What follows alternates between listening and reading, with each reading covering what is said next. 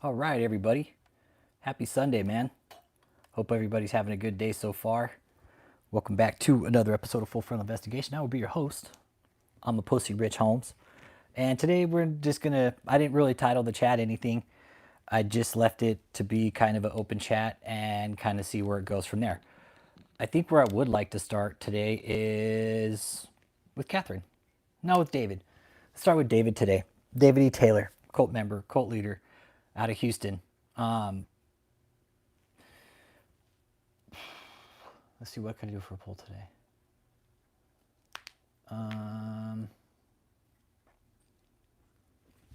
Let's see here.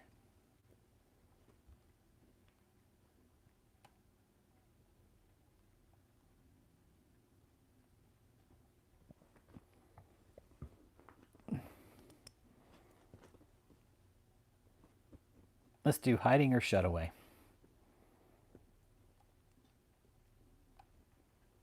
That'll be the question of the day. David E. Taylor, hiding or shut away? Where is that fucking slob, okay? Hey, what up, Clint? What up, everybody dropping in? Good day, good day. Good day. What up, what up? Everybody's having a good Sunday today. We're going to start with David. Pingos, yeah. So, David, your hotel in Houston, let's go ahead and start there, man. Shit. Let's go ahead and start there. The hotel in Houston is a fucking shithole. Okay, let's go ahead and point out the obvious right now. The hotel's a complete shithole. Oh yeah. Yeah, no, he's gone off. We know that. He's a real sack of shit, man. He's a real sack of shit.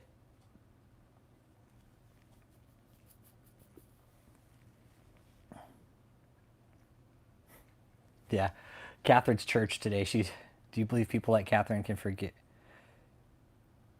I don't think they, you know what, Michael Perry? I don't think they have the ability to know what forgiveness is. I really don't, bro. I don't, dude. I think David and Katherine are unique in their own way, and I don't think they know what it means to be forgiven or to forgive. I really don't, bro. No, I think they're incapable of that emotion. They don't know what it's like to feel. I think they're 100% incapable.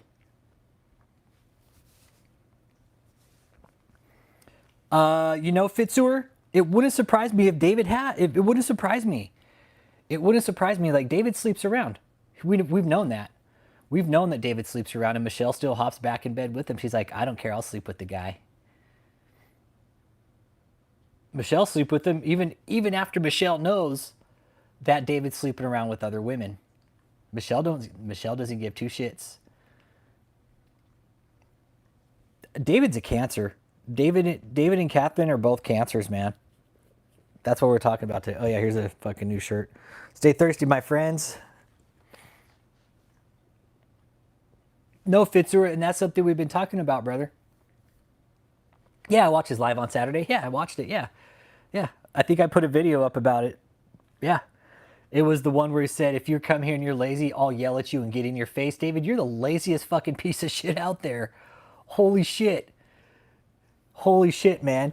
David, you're the laziest piece of shit out there, and you have the fucking nerve to tell people, oh, if you're lazy when you come here, I'll get in your face. You fucking slobby piece of shit, dude.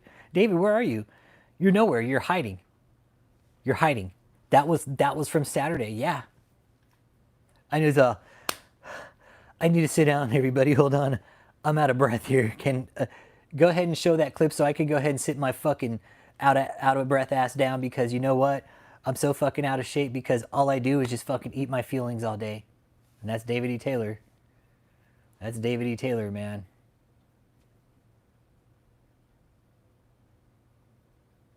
That's him in a nutshell.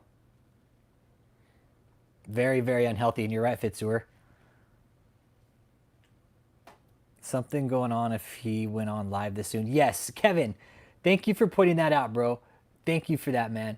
I'm with you too, dude. For David to come out like this, something's going on, dude. I think pay somebody to change his diapers.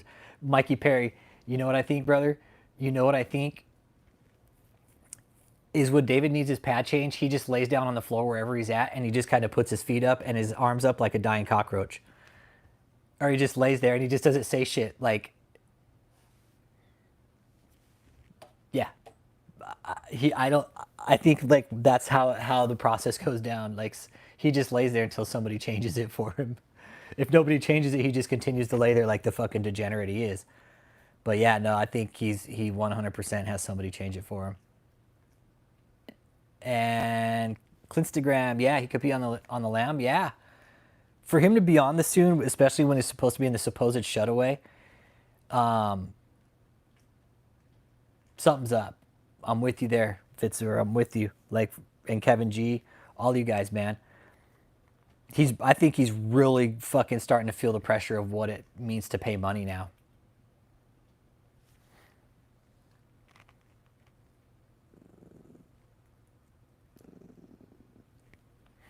He's so bad in hiding his insecurity.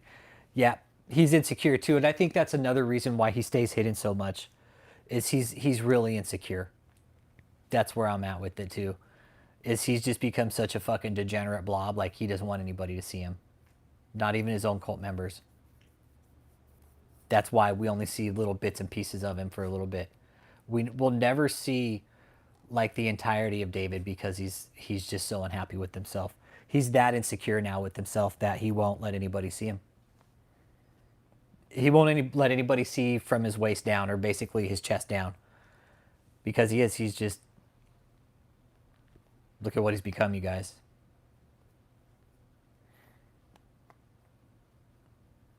Like David's literally become just a fucking glutton. And you know what? He'll blame us all in the end. It's all our fault, everybody. When y'all go to bed at night, just think that it's your fault that David has all these problems, okay? Because it is. It's your guys' fault.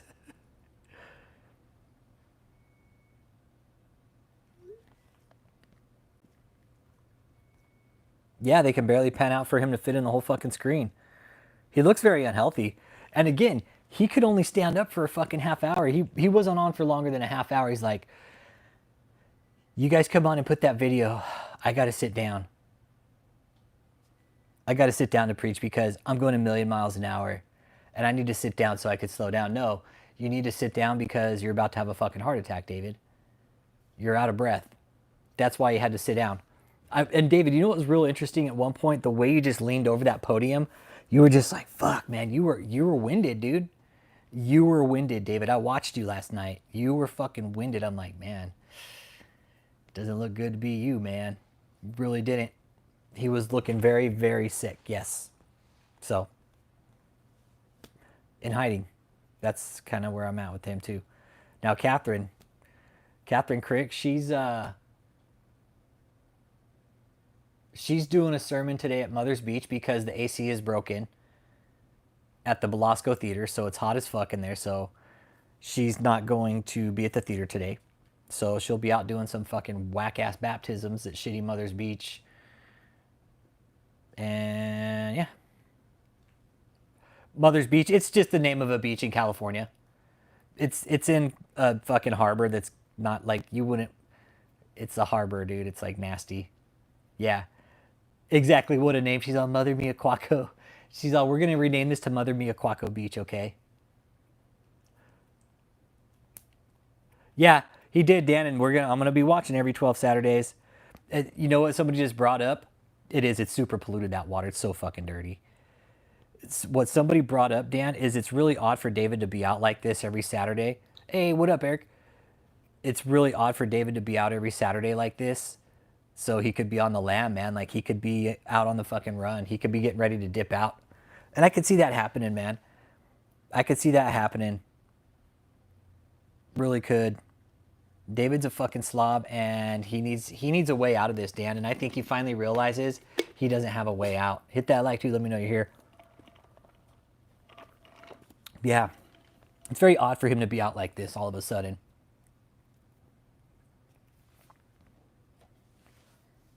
It's the third worst inlet in California for live bacteria. Yeah, it's not the greatest place to be. Yeah.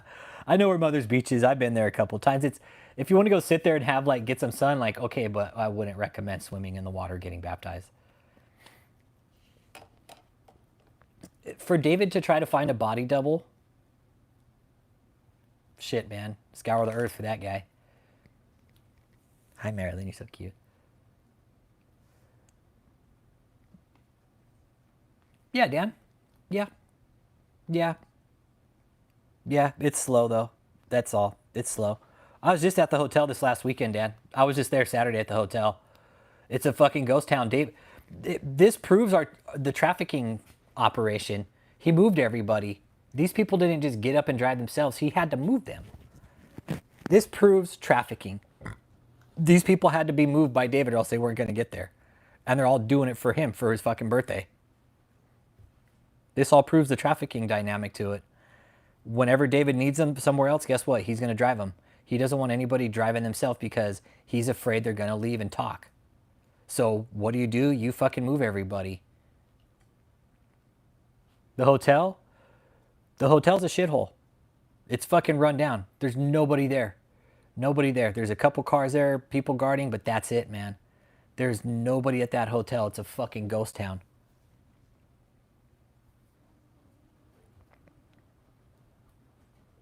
I know they'd have to hire like a sideshow twin or something, right? To pass for one David. Yeah.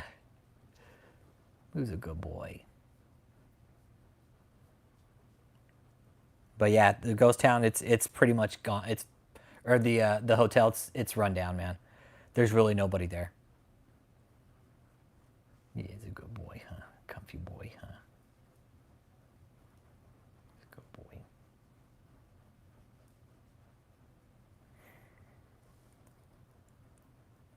It wouldn't surprise me, man. Wouldn't surprise me. The RV was full of people heading north from Texas. It wouldn't surprise me, man. That's how they're moving David around. It wouldn't surprise me either, Uncle Jake. They're moving David around with that RV. But drop your vote in the poll too. We're kind of we're just letting the chat run itself tonight. Absolutely, like Eric, especially for the leaders, right? Especially for the leaders. Like delusions, narcissism, sociopathy, psychopathy. Fuck, like look at Katherine, dude. Look at Katherine. I personally think she's on dark triad, man. I think she's dark triad. She is beyond fucking delusion, man. She's beyond it.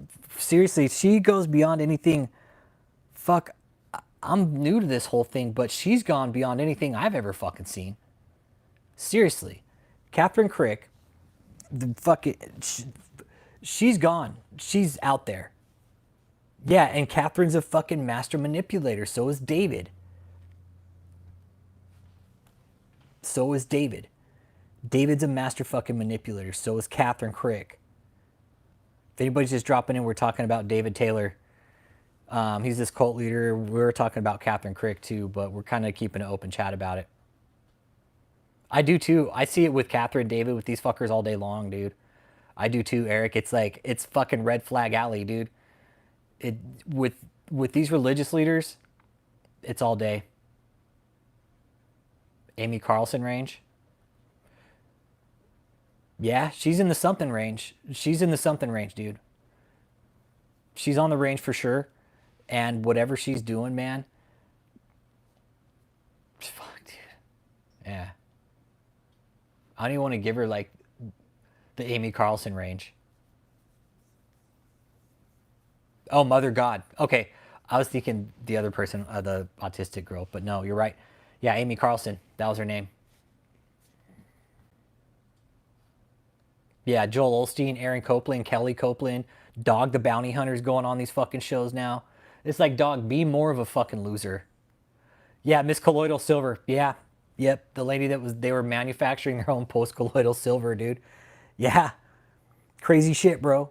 Crazy shit. They were manufacturing their own post-colloidal silver, and she ended up drinking it and turning blue. Yeah. Yep. That was Love Is One. The Love Is One cult. Yep. Love Is One, Amy Carlson, and she ended up dying. I don't know. Uncle Jake, what did the full report said? Hey, Nancy, how you doing?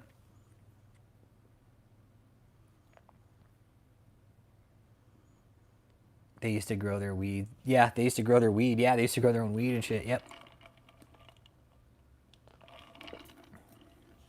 I think it all goes hand in hand, Eric. Satan's the ultimate master manipulator, right? They were making it from silver solder. Holy shit. It's fucking worse, dude. Yeah, Crick, I could see Ruby Frankie. Yeah. Ruby Frankie, yeah. That's why I'm glad she's not fucking having kids, that one. Catherine Crick. Yeah, praise God, man. I'm in Texas, brother. Ali, I'm in Texas. What's up, man? How you doing, man? Hit that like, subscribe. I'm from Texas. There's people all over the world in here.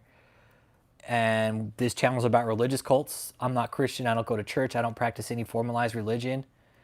But we're here talking about these religious cults and their abuse modules and their tactics that they fucking impose on people.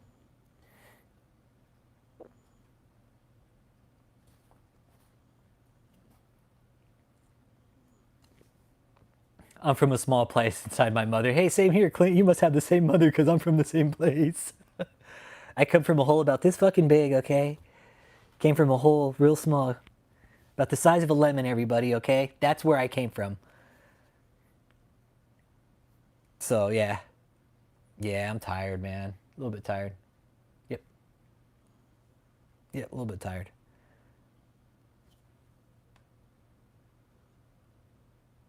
But yeah, Ruby Frank, I'm just glad she doesn't have kids. Or Catherine Crick, yeah. Just glad she doesn't have kids. God forbid that she fucking pop out a kid or two, man. Holy shit. I don't even think Catherine would know what to do with it. She wouldn't. I don't think if Catherine had a baby and the baby started crying, Catherine would be like, well, what do I do about it? What do I do with this thing? It won't be quiet. It won't shut up. Where'd my glasses go? Oh, they're right there. Okay. Go to town at Clint. Yeah.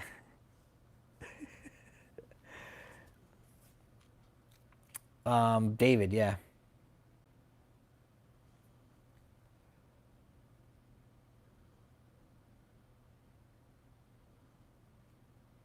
Jor Davy. Soda bets on the name. Jor Davy. She would. Catherine would name her kid fucking Jor Davy. The perpetual lesbian St. Catherine of Studioville. She is. Catherine's like the perpetual lesbian, yeah. Yeah. Oh, yeah. Dan. That's the one thing we've been pointing out here, brother. Catherine's claim over Christianity, it's pretty interesting, right? It's pretty interesting. Like, she's claiming she's the best. Go on. Fuck, we could go on about Catherine. Holy shit, man. Catherine's master manipulator, man. She's out in fucking California today doing baptisms at some polluted ass beach. Dude, that'd be dope if you can. I did. I have that email still too, I think. I live stream a lot, but I'm not. Don't fucking come here asking me to fucking SEO and buy fucking views and subscribers, so I won't do it. Don't even fucking think about emailing me, because you know what I'll do? I'll call you and I'll troll you on the channel.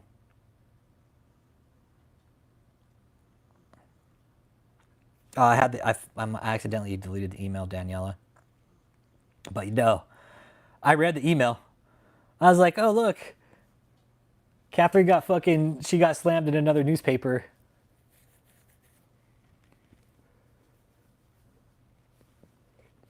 Yeah, I did read that. It was good.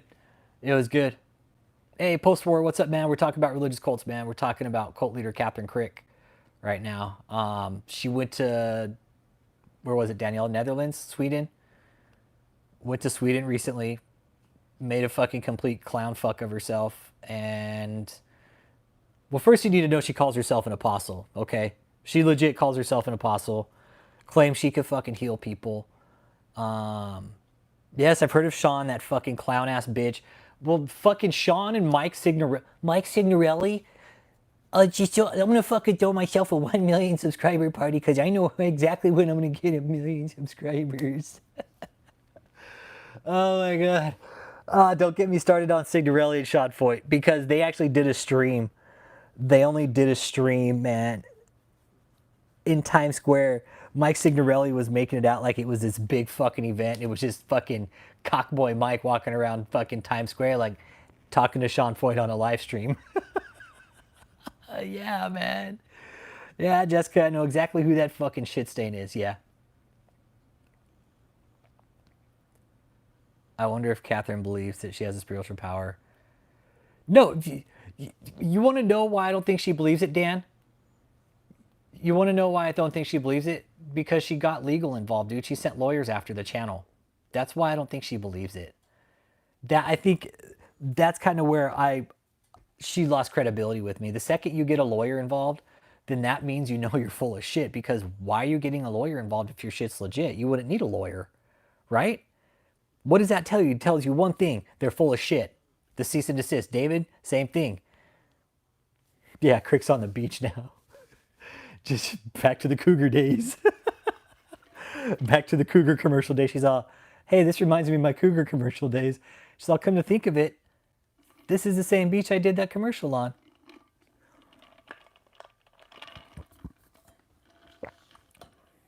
She's so psycho. I know, 110 demons, right, Uncle Jake? I saw that. They're like, oh, we cast out 110 demons. It's like, really? When? Where? Hey, Loop Solitaire, how you doing, man? Yeah, 110 demons. Holy shit.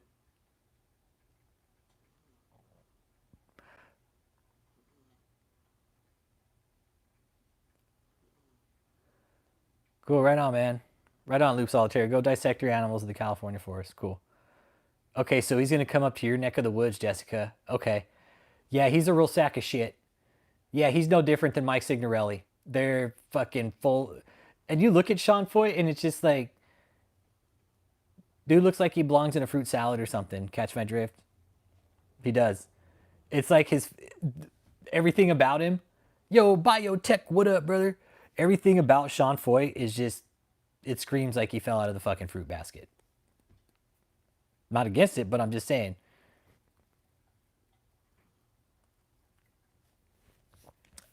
I don't have any information on him, Jessica. Just that he teamed up with Signorelli. He's no different. These guys are no different, man. They're really not. They all try to basically have the biggest apostle dick in the fucking in the universe, and you can't. It's already been done. All the guys with the biggest apostle dicks have already died. Okay. And here's the thing, man. If you're gonna get in touch with me and claim to be an apostle on this channel, let me tell you something. You got big shoes to fill. And I have had people call and tell me that they're apostles.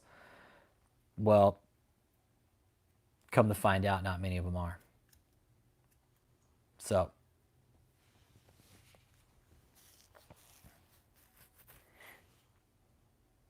yeah.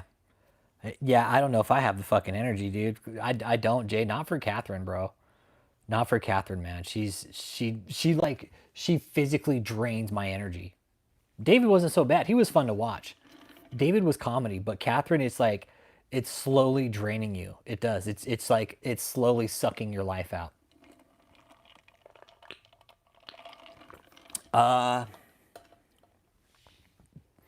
Katherine, Katherine, I think Katherine would just talk David to fucking sleep. David, Katherine would talk David into AFib. Oh man, that's what I think would happen. Katherine would just talk David into full down AFib.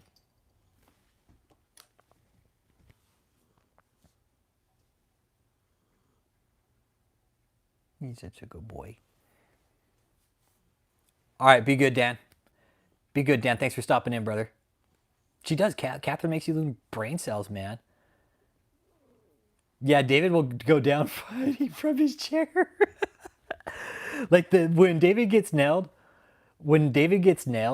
he's gonna have to like they're gonna have to like strap him to the chair and wheel him out with a fucking a dolly and shit. They'd be like, okay, we can't get him up. Just bring the dolly in. We'll take the chair with us. Like when David goes in to get her aid, they're gonna wheel him in on a dolly. Oh man. Hey, Chrome Critiques, what's the advice of the day? Stay thirsty, my friends. Look at this one, Jay. Hey, look at this one. Stay thirsty. That's fucking. That's the word of the day. Stay thirsty, my friends. Right here. Stay thirsty. Scientology, but I can't call, man. Moneypenny knows it's me, dude. She fucking hangs up the phone every fucking time, man. I need a new one to call, and it's Sunday. But I mean, Scientology's always open on Sunday. I mean, Elron never fucking stopped writing books on Sunday, did he?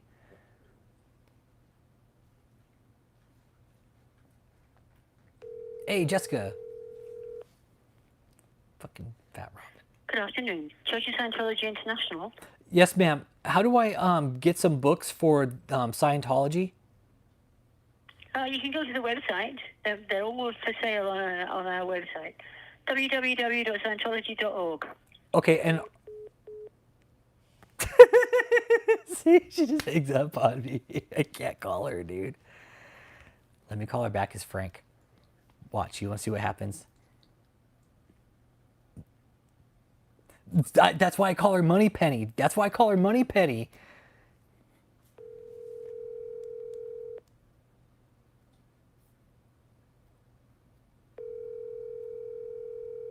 She won't pick up.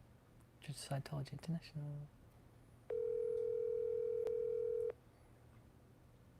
Hello, Church of Scientology International. Hi, Moneypenny. It's Frank Richardson. How are you doing today, ma'am?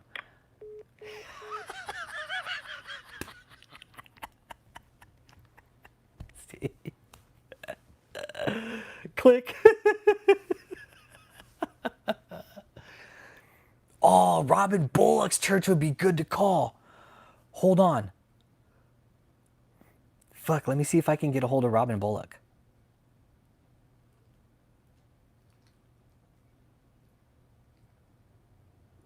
I gotta get a hold of the prayer lines. Here we go. I got one. No, I want a fucking phone number. There it is. Okay, hang on.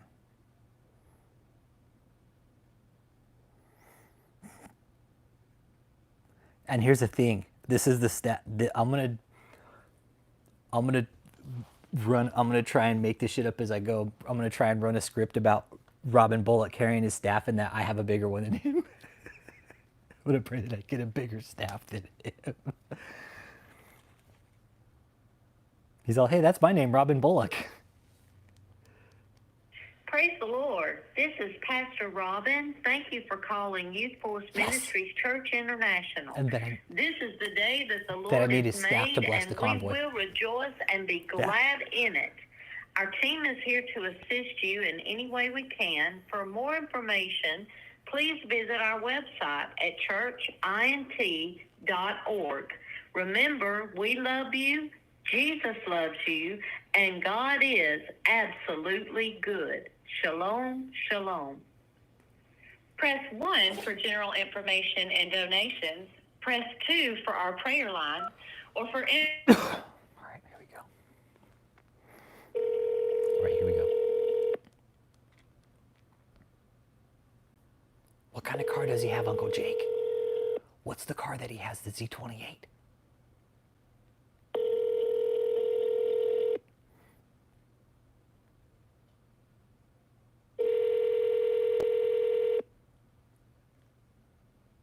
The person you're trying to reach is currently unavailable. Fuck. Please record your message after the tone.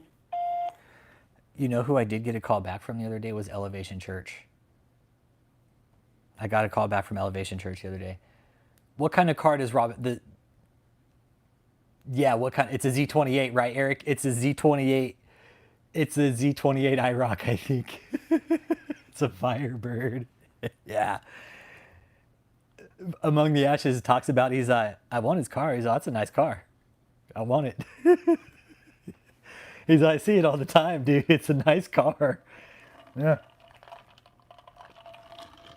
Nice car. But yeah, I don't think Robin Bullock's ever going to sell that one. Okay, so it's a 78 Trans Am. Okay. That's what it is. Yeah, it's a Trans Am. Yep. 78 Trans Am. And Among the Ashes always talks about, he's like, man, I see his fucking car all the time. He's like, it's a nice car, man. And he's like, it's nice. It's nice. And since we're just keeping an open chat, yeah, Robin Bullock's another one we've talked about on the channel here.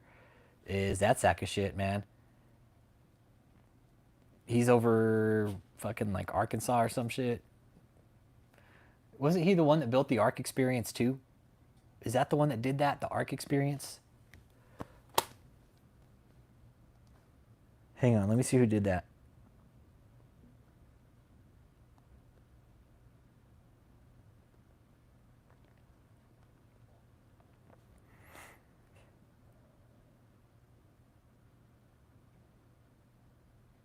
Was it him that did that?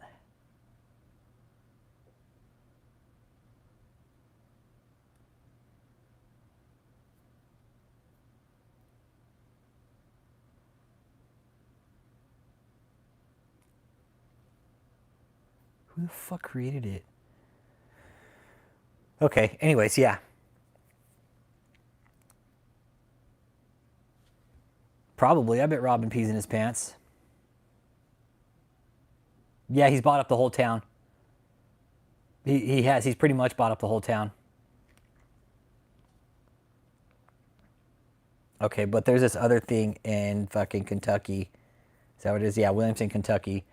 Some dude built this life-size ark, so there's that too. Whoever did that, and it was supposed to be kind of a flop idea. So, hey Jackie, how you doing today? We're just kind of keeping an open chat. We were starting with David, talking about his school down in Houston, how it's a total flop. Right, the one I'm on right now is an iPhone 13, Ali. It's an iPhone 13. Oh, you have, Jackie? It looks pretty cool. It's pretty cool looking. Like, it's a pretty fucking big undertaking to do. But yeah, somebody was asking me that earlier. What phone do I? Or one of the community members was asking what phone I use. And you guys, these are iPhone 13s that are brick phones that I just use for creating content. Nothing more, nothing less, with a basic ME mic, a Rode ME mic, the wireless MEs. Okay, with the lavalier mic, and it's just hooked up. It's a very, very basic setup. If anybody wants to stream, let me know. I'll fill you in on how to do it. It's very simple. Very, very simple setup, man. If you got an old phone that's iPhone 13 and you're willing to invest a couple $100 in a little mic setup, do it. It's that simple, and you can start streaming, man. It's that quick. The ring light, I bought this at a thrift store for like $2. Some of the mounts here I just collected over the time. So, but we're just keeping an open chat, Johnny. Mm-hmm. Yeah, you got to get 50 subs. That's how you go live, yeah. But upload content. Upload content. Yeah, upload content. Well, Ali, look, it's because I got wireless mics and stuff, man. Everything's set up. Yeah, got a mic right here. Here's the transmitter, the receiver's right here. Okay, keep uploading. I'll subscribe to your channel, Fat Robin. Hang on. Let me subscribe to your channel.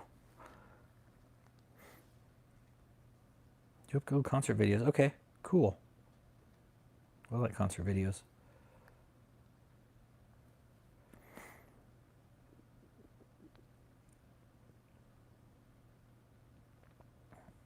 Did I subscribe? There you go. Okay, cool. Nice.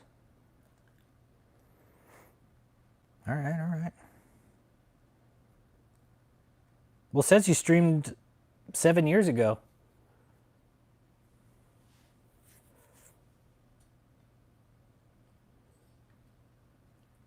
It says you streamed 7 years ago. It looks like you're gaming. You game too. You were gaming a few years ago. Hey, get out of my tea, Marilyn. That's not yours, man. Stop that. Don't. I'm gonna beat your ass. Okay, figure it out. You're annoying me right now. Oh, it's a PlayStation stream? Okay. Yeah, I lose subs too, man. I lose them too. So, cool. Cool. Check out Fat Robin. He's uploading the content. That's good, man. That's good that you upload content. Cool. Oh, August Burns Red. Okay, cool. Bitchin'. I saw them back in the day. It happens. Fat Robin, it happens. You gain and lose subs on YouTube. That's just how it works. It's an up and down game with YouTube. I think YouTube also scrubs channels from your account. Sometimes it could be fake. Like, for example, for David, let's talk about David. Yeah, I offended people, so sometimes people unsubscribe. Like for David's channel, right? You could use alexstravanovich@gmail.com.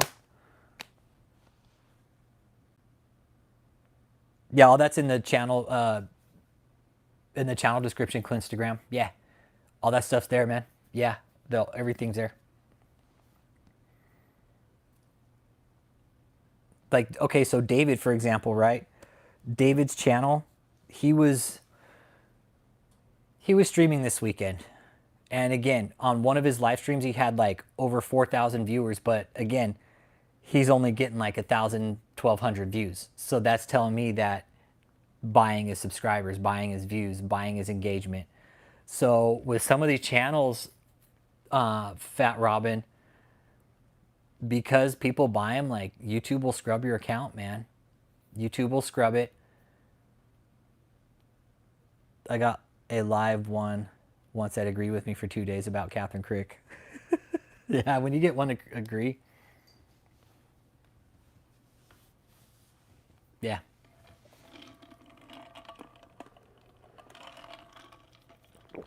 Oh, man. What's up, Diego? What up?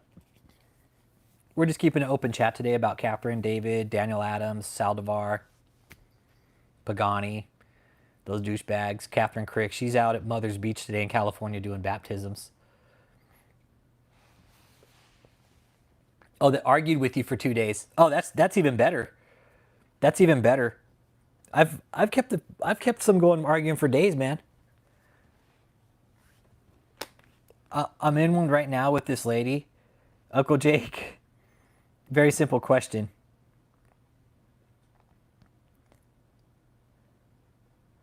The Lord has so much bigger plans for you, sir.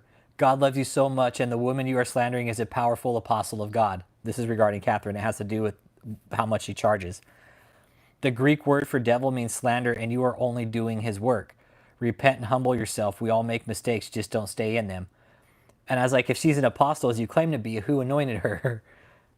This person's response, I pray the Lord Jesus Christ will be done in your life. Amen. That's the response they give you. When you hit them with a real question, it was this very simple question, man. It was this very simple question. Who anointed her? I pray the Lord Jesus Christ will be done in your life. Amen. Doesn't answer my question. Who the fuck anointed her? It's a simple, oh, I don't know, or it was done here. Okay, well, where's the qualification in that? So yeah, unfortunately, when you get a live one like that, it's almost, they might answer or they might not. You're lucky if you get an answer, man.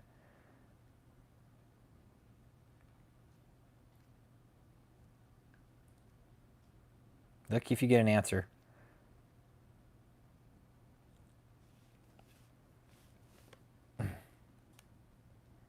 Yeah, everything to them is a spiritual battle, so they can't talk normally. Exactly. Exactly. It's a spiritual word.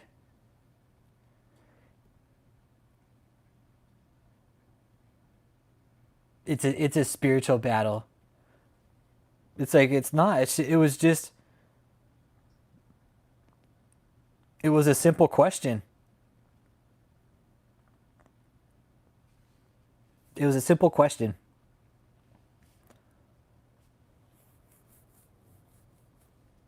They can't even answer it. Who anointed her?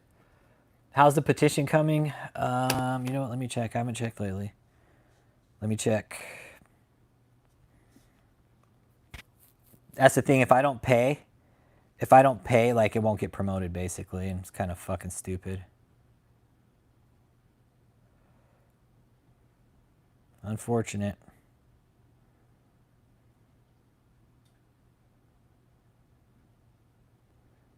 Let's see here.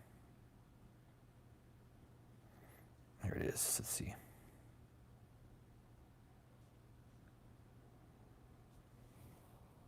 Let's take a peek. No, I don't want to pay. It's fucking stupid. I got 40 signatures. There's 40 signatures on it right now.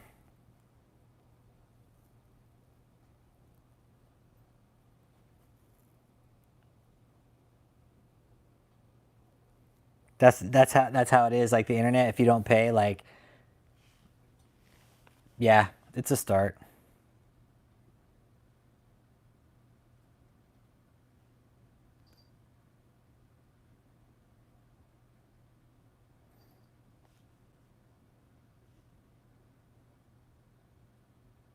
Yeah, it's time to pay up. And people are leaving comments. That's cool. It is 2025, time for organized religion and their disgusting bastions of wealth and power indoctrination to take their place in the review mirror to become a footnote in human history. They absolutely should pay taxes. It's highway robbery that they don't. I propose even further measures. Taxes would simply be used by the U.S. government to fund wars instead. Any money that would be taxed on religious institutions should in fact be reinvested in the communities they claim to serve. But first tax them. Tax them all. I think you're right too, Carrie. It's just time. I think it's just time. I think eventually everybody will agree and be like, yeah, no, it's already time. Like it's time to tax them now. No, no more. Maybe we'll pay our taxes this year. It's fair game for everybody now. Like look how fucking tough of a spot everybody's in, right? People are fucking struggling to make ends meet, and the fucking church is the first one out there to fucking take money away from people.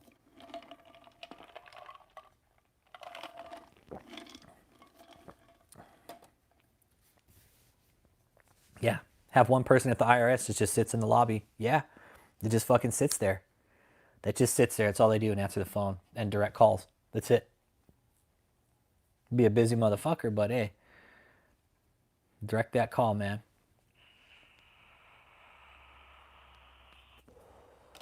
So yeah, it's just time, Carrie. And if anybody wants to sign the petition, man, please do. If you haven't signed it, by all means, let me go ahead and get it in the chat real quick.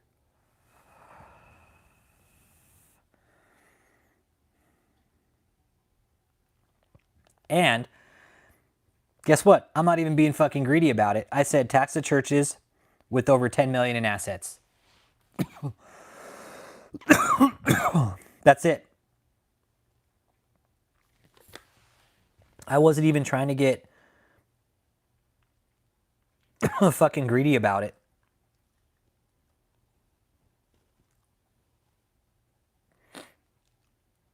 Wasn't even trying to be a fucking shithead about it.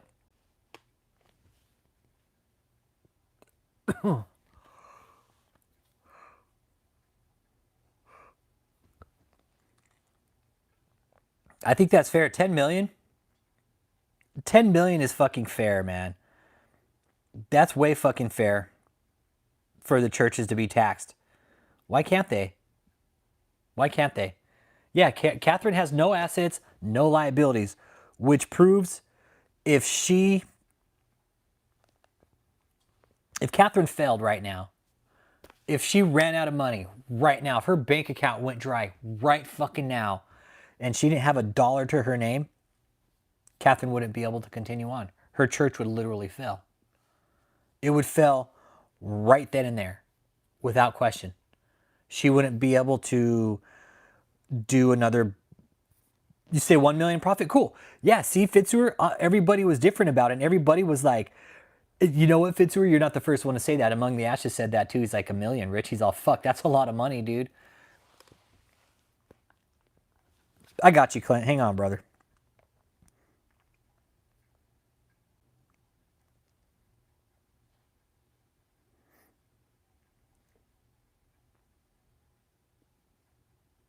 Oh, you know what? My bad. I'm going to have to put it in. Here it is, Clint.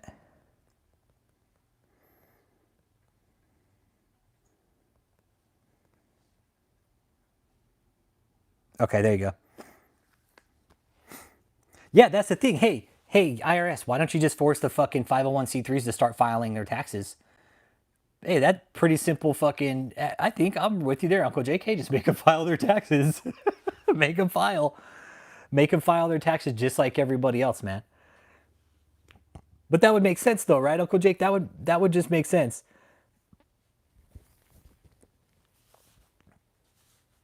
Yep. Cricky and failure's mind. Yeah. Yeah. I think we all are, man. I think we're all living rent free in these fuckers' heads. David for sure. David for sure. Somebody said like for him to be out this week too is kind of rare. Um, for him to be out this week like the way he is, coming out every Saturday now for the next 12 weeks, pretty rare. Especially now. Yeah, even if they don't pay, just file. Hey, so we could see where the money's going. Yeah, exactly. Hey, just pay. Just file. Even if you don't pay, that gives the public the ability to look into your assets and see where the money's going, but they're like they don't want that. Hi. Hi. Hey, what's up, Oren? How you doing, man?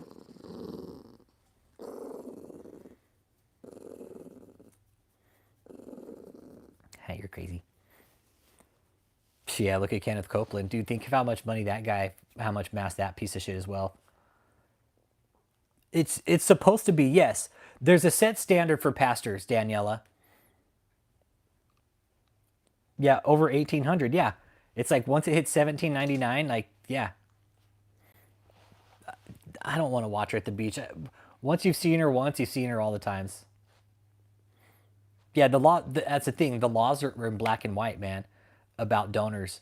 They are. The laws are there in black and white and how a 501c3 should be ran, but the IRS isn't doing their job. That's the problem. The IRS is sitting back, just fucking handing out the free money, and when the crimes are being committed, like we've been talking about, no, she'll get in the water. She'll get in the water. She will. But no, like Uncle Jake said, the laws are all there. The laws are all written saying how you should handle it.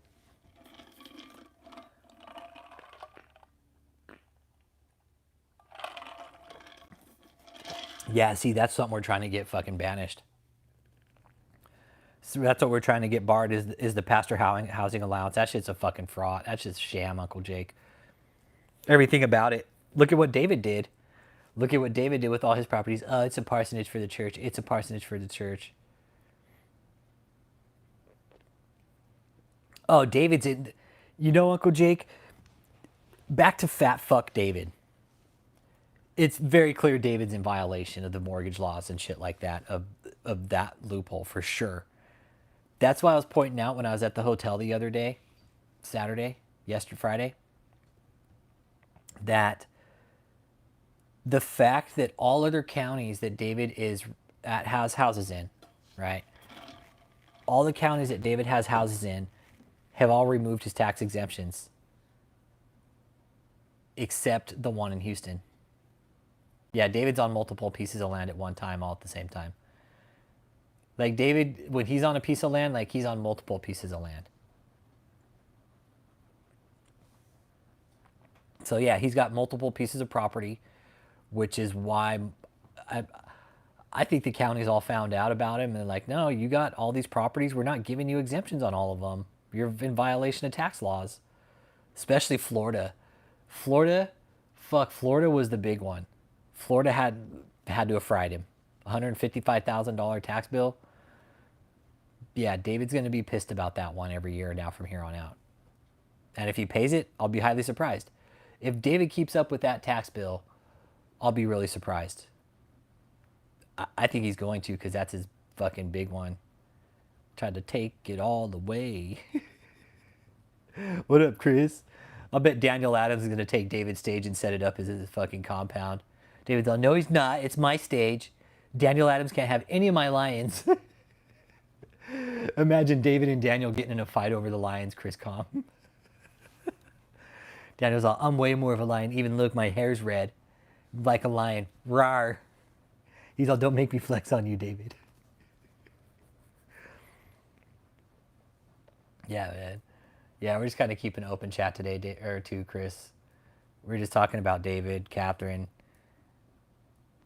and how David is in clear violation of the mortgage laws and stuff. So that's fucking clear for sure.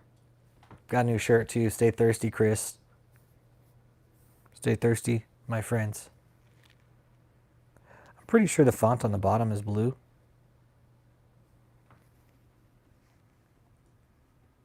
Sure does look like it. I don't care though. But yeah, we're kind of keeping just an open chat about it today, Chris. Nothing. I mean, David. It looks like David's gonna start coming out. You like that shit, Chris? Huh? It's fucking dope. I was happy the way it came out too, bro. Look, bro. Yeah, look at it. And you know what, dude? And you know what? I ordered it just in time. I ordered it just in time. About a day or two later, I got a strike from Redbubble saying, "Hey, we had to take your product down because it violates our shit. Sorry, we can't have that shirt up on our platform." So, yeah, it's not up anymore. Unfortunately, I might have to put it up on Etsy. Stop! You're being overbearing now. Stop.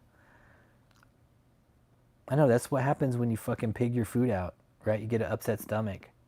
You get the shits. It's your fault.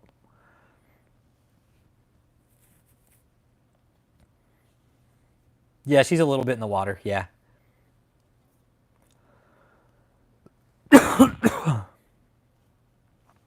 My friend created a company in England. He didn't pay taxes. Is the situation the same in America? Well, in America, if you're a church, like you don't pay taxes and you don't have to file taxes, Ali. It's this law called the 501c3, 501c3. All you claim, but when you're a church, you get this special exemption, man. It's like it's a license to basically fuck anything up, and you can get away with it once you're a church. It really is. It's a license to steal, kill, rape, pillage, plunder, fucking launder money, fucking run prostitutes. It's basically a license to do anything. And it's there's this old fucking leader of the Scientology cult named L. Ron Hubbard, who's dead now. His fucking saying was, "Hey, if you want to get rich in America, you don't write a science fiction novel. You start a religion." That's exactly what he did. Look where it's at now. Loose Leaf Lamp in Hell, he gets a call once or twice a week from Frank Richardson. He's my big boy. He's a big guy, huh? You want to scratch your belly? Oh, that feels so nice, huh?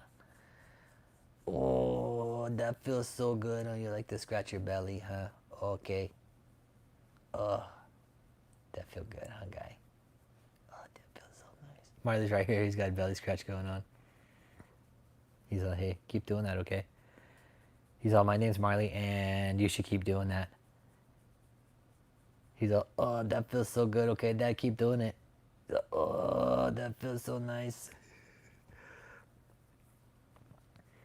Yeah, and that's the funny thing me and Uncle Jake were talking about. There's all those churches in LA, and she couldn't find one to rent out. She's going to go to Mother's Beach, polluted ass beach, and go fucking. Oh, Clintstagram. Oh, Clint. Dude, you should hear the script from Daystar, bro. No, the Daystar script is way better. The Daystar script is way better, bro. It's better than the fucking email from Gloria Copeland. They stick to a very, very specific script, man. It's weird, and like the one time, the couple of times that I've called Daystar, like if they get off script, they're like, hold on, and then they have to get back on script, dude. Hey, anytime, Ali. Thanks for being here, man. Hit that like and subscribe, brother. Appreciate you being here, man.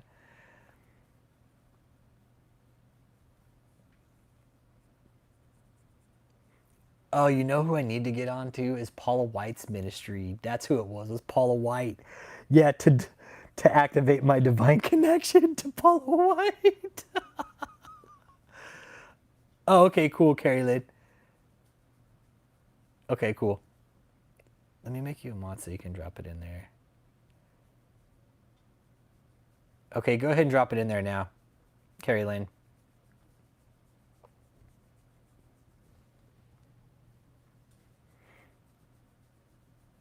Oh, that feel good, huh, Martin? He's like, yes, keep scratching my belly. He's like, oh my God, it feels so good. You will pay for the donor. She ain't going in. Oh, she's not going in today? Okay. That makes sense. That would make sense that she's not going in. She's like, I got on a nice outfit today that the donors paid for. I don't need to fuck it up today. Let's see. Let me get a quick glimpse at her.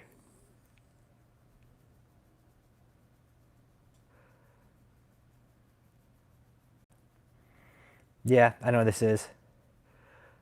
What if she just got electrocuted one day, taking that fucking microphone too close to the water? Fucking just stop her heart real quick. She's letting the cord touch the water. She's gonna get electrocuted one day. Okay, cool. Cool, Clint. He's a good boy. Oh, you have a whole sick dog, huh? They got a puke bucket.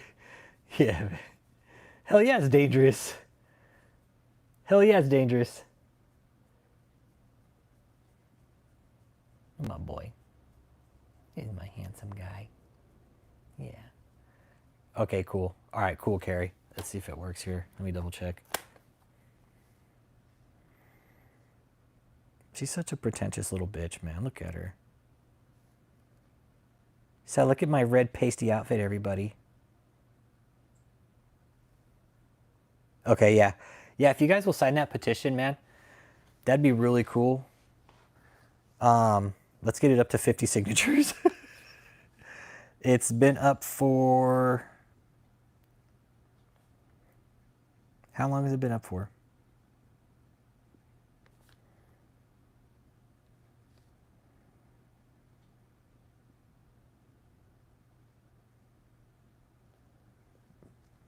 Let's see here. Hang on. Give me a second here.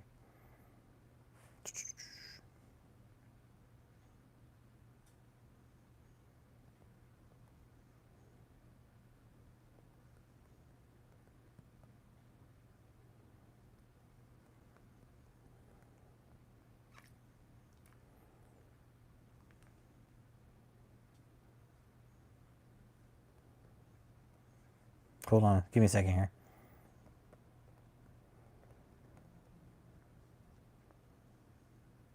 Give me 1 second here. Give me 1 second.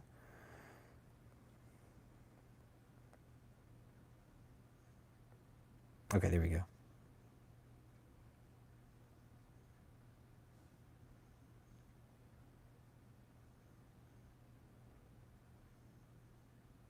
Oh, never mind. Okay, never mind.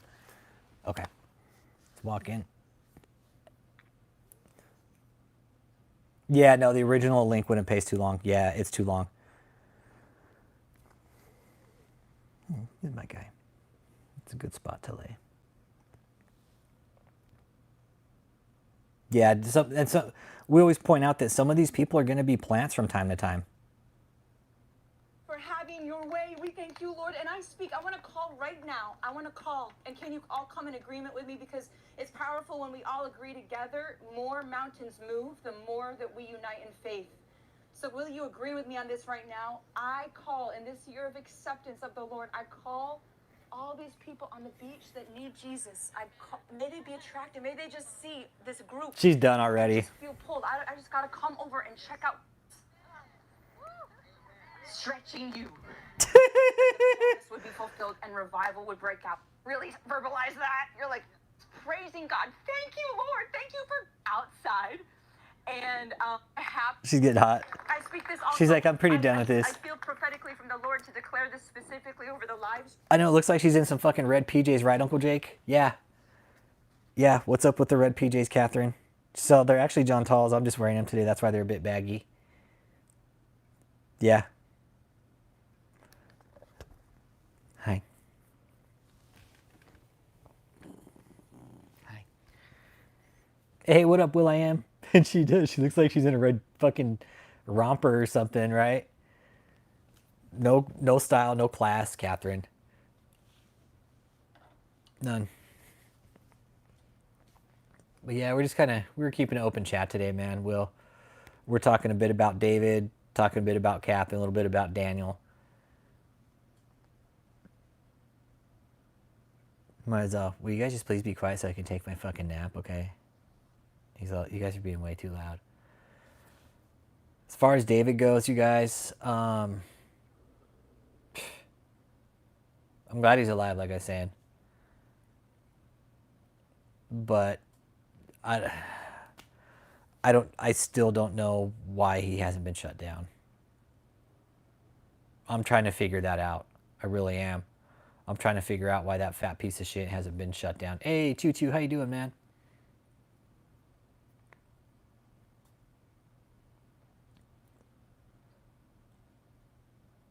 It's kind of mind-blowing, actually, to know that they were running tricks out of that place. Yeah, he needs money. David needs money big time. I'm with you there, Danielle. If it's the one thing David needs right now, it's money, and he needs a fucking lot of it. He needs a lot of it right away. I like money too.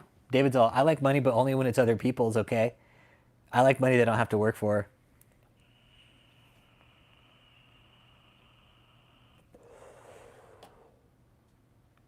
I don't think somebody higher up is protecting him. I just think they need the right evidence. And whatever evidence is needed, I don't know. But Kevin, Will.i.am, I think that just they're waiting for the right piece of evidence.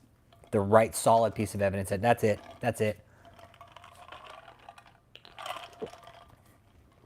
I think they just need that. And again, with David, his isn't a local. He's not committing local offenses. His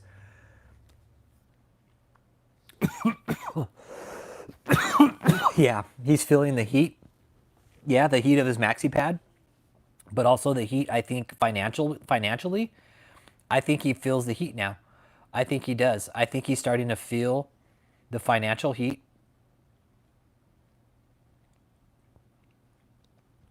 That was a hotel, Tutu. That was a hotel. That wasn't a mansion. That was a fucking rundown hotel in Houston. That's not a mansion. That was a shitty, rundown, fucked up, ghetto-ass hotel in Houston. Marilyn, get out of there. Get out of there right now. That's bullshit. Don't growl at me. It's my fucking drink. You're going to come over here, drink my shit, and growl at me? Better get on with yourself. Come here. Up here. Come on. Go away there. But yeah, the place I was at Friday, that's a hotel. That's not a mansion. That's like a 60-room hotel in North Houston. It's off 45 North and Airtex. It's like between, you got Airtex and Rankin, and then you exit Airtex if you're going north. South, you exit Rankin, and then you take the turnaround at Rankin and Airtex, and then it's fucking, you got to shoot all the way over to your far right lane, and then set back 100 yards or so from the access road is the hotel. I don't know why it's been shut down. Like that whole thing is criminal. It's a complete criminal organization, and that's why David shut it down. We put too much heat on David. That was too much pressure. Having Mahesh show up, I bet Mahesh probably told David, yeah, that can never happen again. It would have surprised me if Mahesh told him that. That can't happen again ever. If it does, that's a problem. That's why Mahesh's dumbass was so quick to show up. Because it was a problem for all of them. And Mahesh was thinking he was going to just come there and tell us to kick rocks without paperwork. They were running prostitution out of there, Tutu. That's what I found out from one of my sources, that they were turning tricks out of it. No, and I know that the cops have been in there, and some really shady shit's gone on while they're in there, and more questions than answers than anything. When the cops left, they had more questions than answers, man. The cops have been in there multiple times, and they have a lot of questions. And they have, do you know why? Because they're just what they do. But their intuition is very correct. They're on the spot with this. Something's going on there, and it absolutely is. Why? What? Seriously, community. Is it normal for a fucking cult, for a church to put its members up in a hotel and gate them in? Seriously. Since when have we known a church to put people inside a place like this besides David Koresh, Jim Jones, fucking, who else? Fucking, what's that Asian dude, that Chinese guy, or the Japanese guy? Children of God. I mean, fuck. That's, you don't do that in America. You don't move your members into a hotel and call it a church and then shut everybody in and lock them all in. Because what we know about that hotel, what he did with it at one time was, fuck, when they first moved in, what they did, they really blew it, man. They really did. They're really fucking dumb about showing us the layout of their operation. Used to be effective. Things are just disastrous. Yeah, I'm with you, Carrie Lynn. Yeah. Where was I going with this? Fuck. Brain fart. Because Carrie Lynn, yeah. No, it's not your fault, Carrie Lynn. Don't. The hotel. Yeah, okay, Choo. Yeah. You don't do this. Yeah. Yeah, David, like the whole hotel thing, that David moving his cult in there, you don't do that. You don't do that. And lock them in there. And these people are armed. This is an armed cult. They are armed. They have guns. I know that for a fact. I've seen them. Okay? I've seen them. I've fucking Dick Boy Malachi, that little fucking 2-bit piece of shit up there at 15400 Tim Page. He's strapped. He's strapped because he came out on me one day. Told me to fucking move out of the way when I wasn't even on their fucking property, that little cocksucker. And that was the guy that was sitting at the fucking door when Mahesh showed up that day. He was sitting in the Suburban right there going, you little faggot.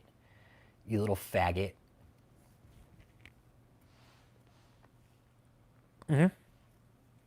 Yeah. It is. It's also to keep people out, but it's also to keep people in.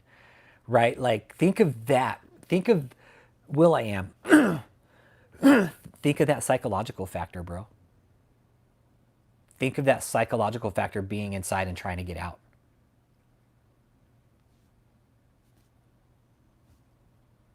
All you see is fucking iron bars and shit to get out, and you can't get out. You're literally fucking trapped.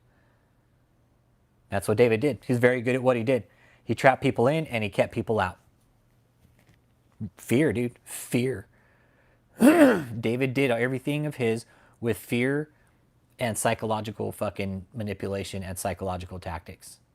Putting wrought iron fucking gate up, one of the biggest things you could do to fucking...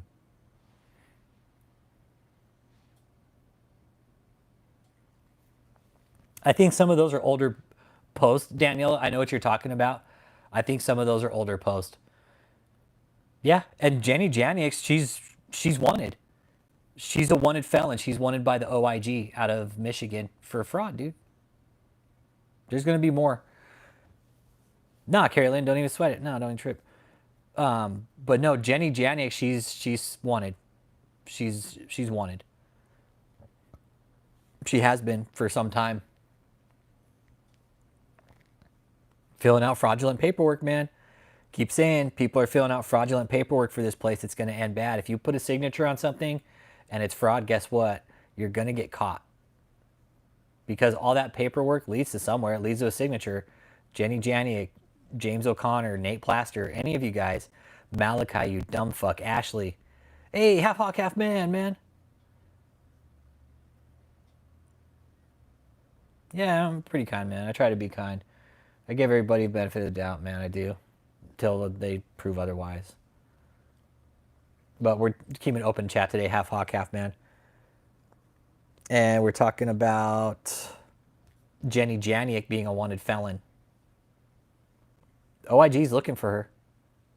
Office of Inspector General in Michigan is looking for her. And we've already filed the reports and everything. But right now they're up in O'Fallon, Missouri. That's the last word that I got, is that they were up in O'Fallon. They could have moved. I don't know what's up in O'Fallon. What a corrupt lady. Katherine? No. She's still doing her bullshit.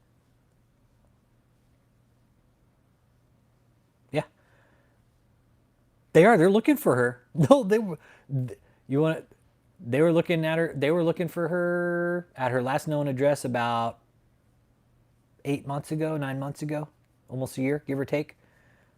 Nah, it'll take a miracle to get Katherine locked up. It'll take time. It'll take time with Katherine. Not yet, man. That's a progress, but that's not going to be overnight. Half hawk, half man. I promise you.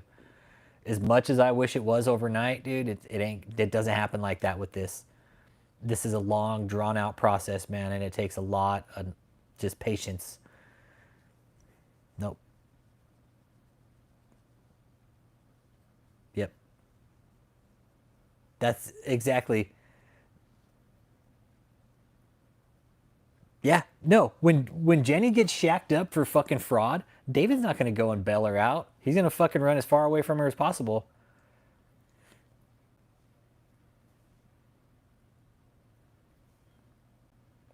Oh, E. coli levels is off the scale today. Oh yeah, trafficking's big right now. It is. It is. Trafficking's big, dude. It's bigger than the drug trade. It's bigger than the drug trade. Yeah, we're gonna have drugs. That's a given. But trafficking, it's 10 times more profitable than drugs. Per head, dude. Per head. You get more person per head than you do per kilo. That's fuck, dude. That's statistics, dude. You get more. You get more. For real. You get more per weight per person than you do per kilo. Fucked up, right? Fucked up. You get more per person than you do per kilo.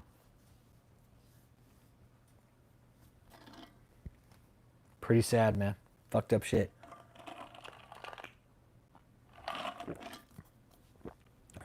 And the trafficking, it's coming in from all.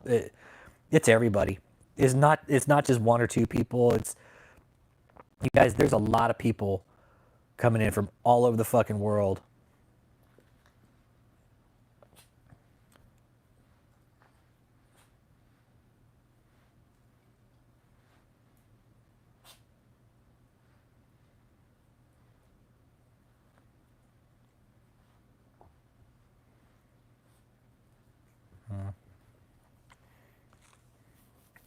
Yeah, they are half hawk, half man. Yep, they sure are. And that's something we've been pointing out too. That's something we've been pointing out is that these people are master manipulators, man. And people who aren't staying close to the Bible will be sucked in real quick because they're not checking the scripture. Yeah, what we're saying here might sound like hate, but it's not. It's just the truth. It's just the truth. All these cult members that might be watching that might hate me, where they acquire the people? Online, right here, dude. Right here, online. Choo-choo.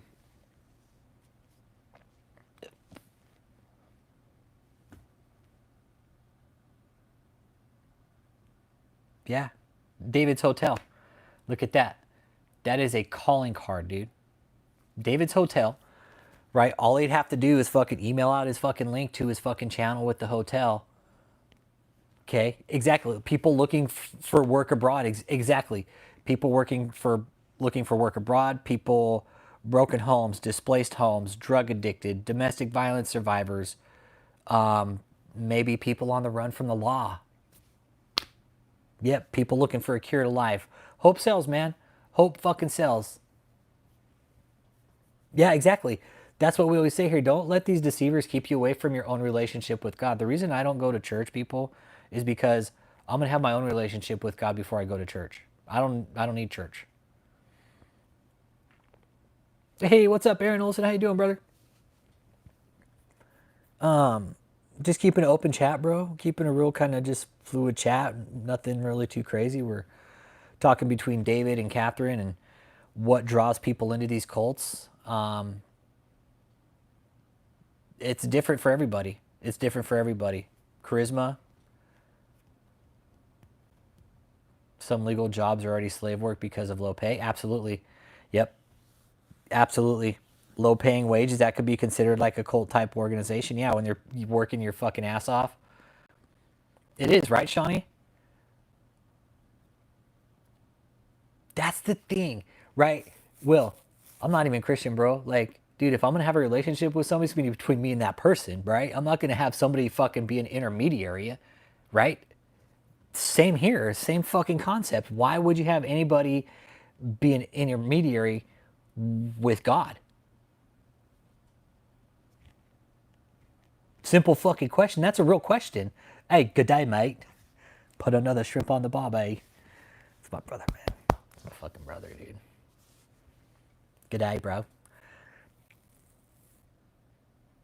That's the thing. I don't seek answers from the world, man. I don't. I don't look for answers from the world, man. If the world's gonna, the answers are there, they'll be provided when the time's right for me. I don't go fucking looking for them, but I'm a firm believer that, yo, what up, no ID? We're talking about now is Tutu asked what drew people in to these cults, and it's a lot of things, man. It can depend on where the person's at in life. Everybody has a different reason, you know. I can't say that everybody gets drawn into these organizations for the same reason, because it's not. Everybody's got a different reason. One thing we have found out is the main reason people get drawn in is they really want to go and help God. They do. They want to do the work of the church. They don't, and I guess that's where the blind faith concept comes in. You know, you don't question the pastor. You know, I think he's the first one who should be questioned. That's just me, because we should be having our own relationship with God, like we keep talking about. Yeah, see, itchy ears, you know, Clintstagram. I think it's a lot of it can be a lot of different things, man. And I've learned that. I've learned that talking to different members of different cults. It's all something different, man. It's not one person is the same. It has nothing to do with itchy ears. It's just about everybody's at a different point in their life looking for something, and whatever it is, these cults are able to provide it, man. Don't know. Don't know. Some people are broken. Some people drug addicted, man. Some people coming out of fucking fucked up relationships. But what I've also learned, Clint, is that people jump from cult to cult, from leader to leader, like a drug addiction, bro. It's like jabbing a vein, dude. It really is. And Clint, we always just say here, bud, hey, people should have their own relationship with God before you go to a church and have one.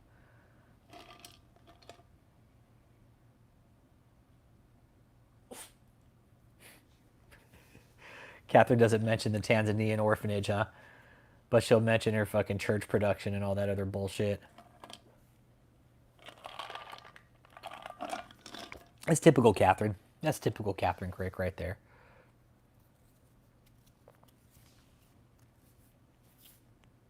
Like, to me, you know, Will, to me, this is kind of common sense too, I guess. I mean, I know the Bible's there and we should follow it, but why not just have your own relationship with God? Why go to the church? Why go to the big fucking church, right? And you know, when I was in Houston today, I drove by a few churches, and it's, to me, it's like, it's more like a fucking sideshow now, man. It really is. Like, I saw people out there, stop. No, that is my drink. Saw people out there waving signs and flags around. I'm like, this is what church has become now. Like, it's more about who can bring in the most people. Seriously, that's what I'm starting to see with church now. It's about who's got the biggest congregation, who can bring in the biggest crowd, who can have the most people in their sermon at one time. It's a pissing contest. It really is. That's how I see it now, that most churches are a pissing contest. I sent one of my family members today the Doyle Davidson, because we were talking around breakfast, and they were talking about something that they brought up, the Baptist church, and I was like, Doyle Davidson, I was like, hold on, I was like, hey, watch this later when you have time and watch the whole thing. Come here. Come here, Marilyn. Come here. Don't sit there and stare at me. I don't know what you want. That's bullshit. I took you out earlier. Tutu can neither confirm nor deny, man. Don't know. Don't know. I don't know, man. I know to an extent, but I don't know. I know they're not working fast enough. I can tell you that. You can go outside. Go. Go. No, out. If you want to go to the bathroom, go use the doggy door. Out. Go. Don't sit here and fucking annoy me like it's bullshit. You can go outside. Go. Go. Don't sit there and annoy me. That's bullshit. I took you out earlier before we started. Go outside. There's a doggy door. Take your ass outside yourself. Go. Go. Out. Don't sit there and give me those fucking puppy dog eyes. God damn it. Go. Out. I took you out earlier. Out. That's bullshit. Sit there and fucking annoy me like that. Anyways. You know, I'm hoping so. Half hawk, half man. I'm hoping so. But like I said, it's going to take the right evidence, I think, the abuse of a child specifically or something, for it to be shut down. I do too. I do too. As a matter of fact, I know there is no ID. I know there is. Okay? I had a real specific question when I found out about the prostitution at the hotel, because I had made a couple calls about that, about today. And I was like, what are you guys doing about it?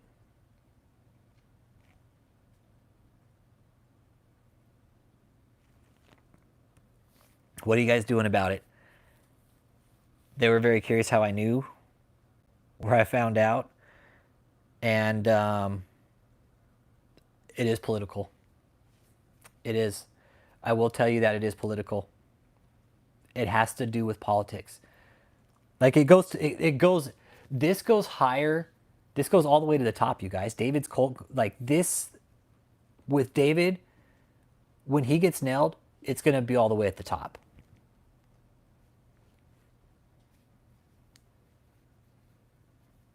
It does. It does. It takes a DA with balls to go up against the church and the media. David, seriously, David isn't going to do shit about the media. Yeah, it is. It's nasty work. And that's the thing. Like, here, here again, the hotel in Houston, we were trying to figure out how David was making money. Well, that was it. That was it. The hotel started black marketing, fucking started turning tricks, started making bank probably. I don't know how much money he made. I don't know who was caught there, when they were caught there, but what I personally think why that place didn't get shut down when it did is because somebody got caught there. I personally think there was some kind of surveillance being pulled. This is just me. This is my thought process. Okay? This is just what I think. That surveillance was being pulled, and whatever happened, somebody knew right on the spot who that person was. They're like, we got a serious fucking problem here. Don't take that picture kind of thing, right? That is what I think. That is what I think. And that's the thing. That's why I was down at the hotel yesterday tagging KHU, right, the news station, saying, hey, this is a known fucking location for this type of activity, and the government, your local officials have done shit about it. No, Mahesh is no stranger to the backseat of a cop car. Nope. I know Mahesh got picked up after we did that audit the day he showed up. Mahesh got picked up, you guys. That's something I didn't put on the channel for a while, and I'm going to tell everybody now. Mahesh got picked up the day after and held for 48 hours.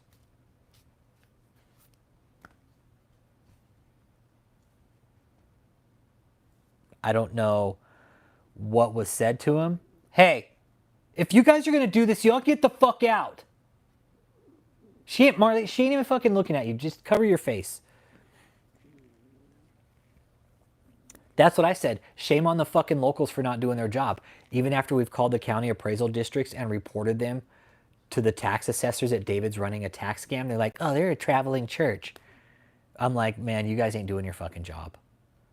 Nobody's listening. That's why I tag certain officials. I tag the FBI. I tag KHU from time to time. Harris County tag Harris County Sheriff's Office. I've called those guys. You guys, I've called. No bullshit. I've talked to I've talked to certain precinct leaders about body camera issues and getting bullshit fucking replies from the cops about why body cams weren't on.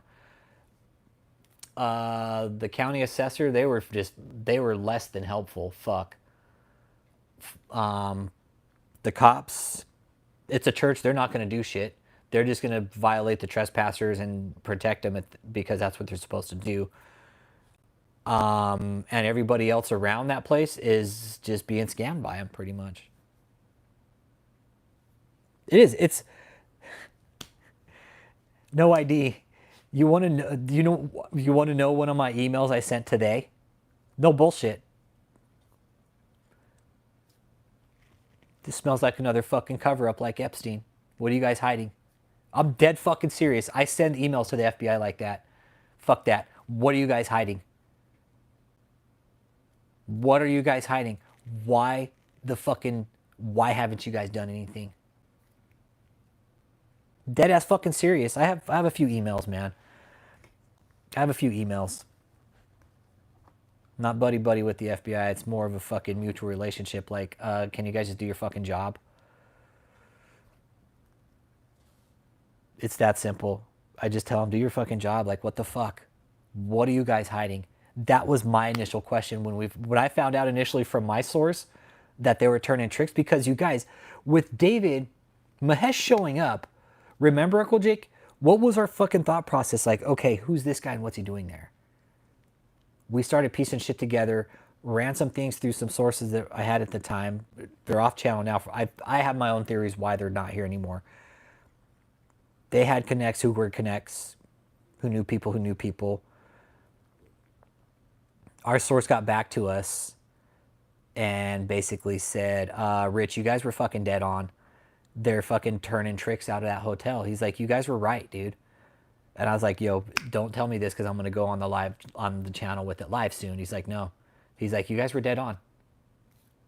You guys were dead on. The theory you guys were thinking that David is doing prostitution with that guy, you guys are right. Here's how I know. And he laid it all on me. I was like, holy shit.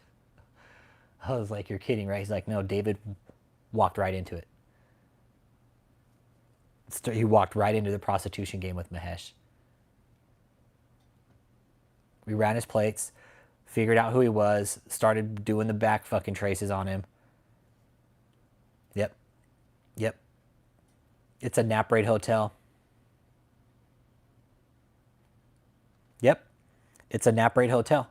All of Mahesh's hotels in Houston are nap rate hotels. Those are hotels like they're active at night. That's the only time Mahesh makes money on those.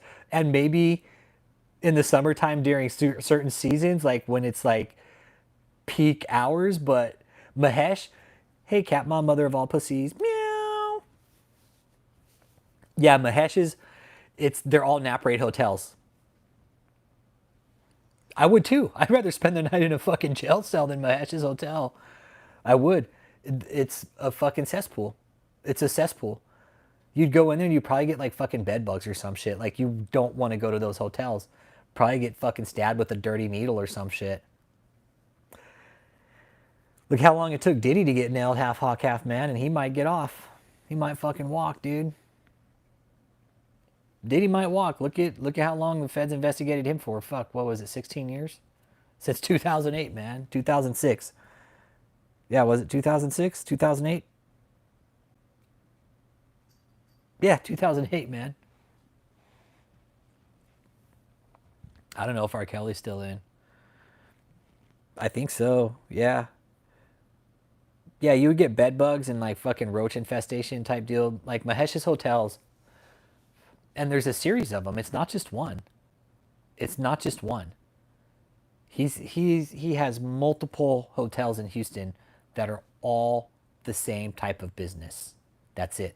They're there to fucking run tricks out of. They should be shut down and bulldozed straight up.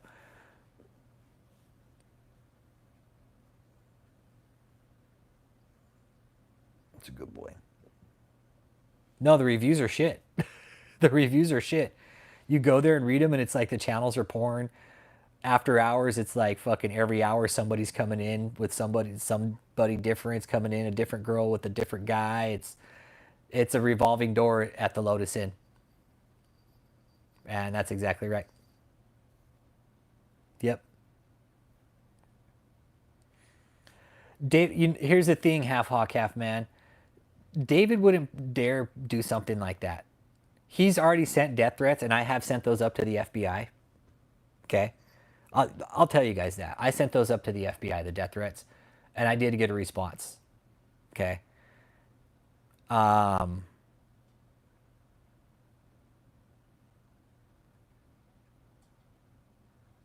when I told them, the feds, about how David knew where I lived with the cease and desist, like, can you send that to us? I was like, yeah, sure. I'll send it to you guys. Give me an email address. I'll send it to you. So I sent them that cease and desist. I was like, yeah, he sent it to my door. And they advised me, like, okay, go ahead and put cameras on your house. I was like, all right, cool. Not a problem. I'll listen to you guys. You're the FBI. Fuck, put cameras on my house. Cool. So I have cameras on my house. I've always seen my house all the time. For David to come out to me, right? I'm with you, half hawk, and trust me, a lot of people have stressed this big time. Rich, you need to carry, you need to stay strapped. But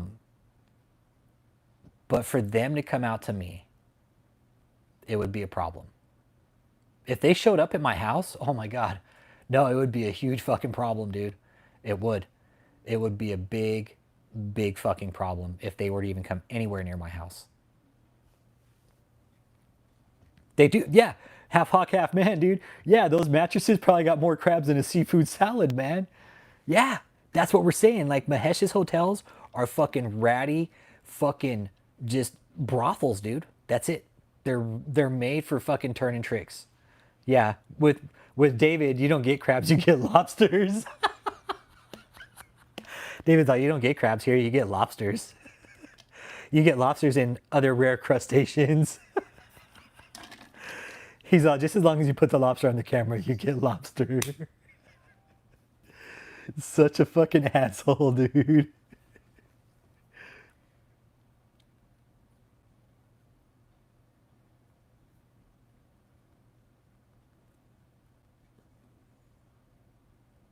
Hang on.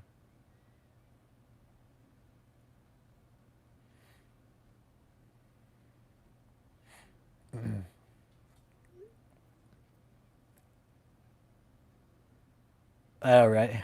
Really want to use my Henry Big Boy. I thought, hey, take a picture of me, okay? He's will take my picture.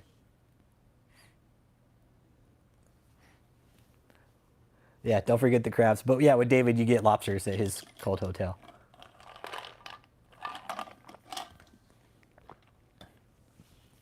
But yeah, half hawk, I'm with you. There been when David sent the cease and desist to my house, it did. It put a little bit of fear into me because it's like, okay, he knows where I live, but it's like, I'm in Texas. Like, you're gonna come to my house in Texas, bro? Like, I don't think so. No, you're not going to. Because in my county, hey, half hawk, half man.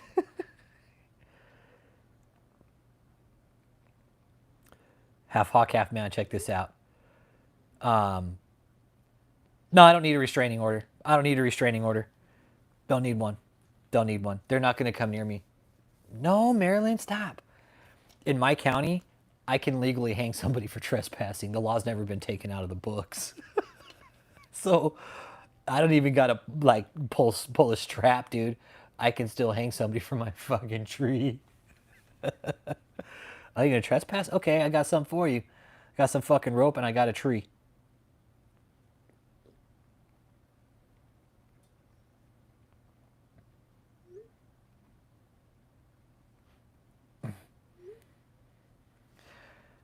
You know, and I just made reports about David because we started coming up on a lot of information, like fucking people in certain housing developments were calling me once I put the channel up, and it happened all pretty quick. And then it kind of spaced itself out. People started coming forward, having questions, and then we just started cataloging the information slowly on the channel.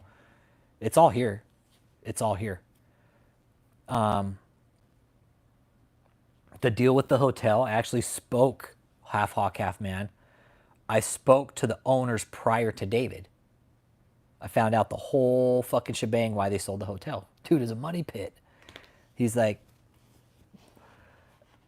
it's a money pit. When I got a hold of the owner, because it was originally called the Eagles Fly In, okay? Here's the history of the hotel. Before that, it was fucking like, before I think Mahesh owned it, and it was like a fucking Homewood Suites or some shit, right? Then Eagles Fly In buys it, okay? This is, here's, Eagles Fly In buys it.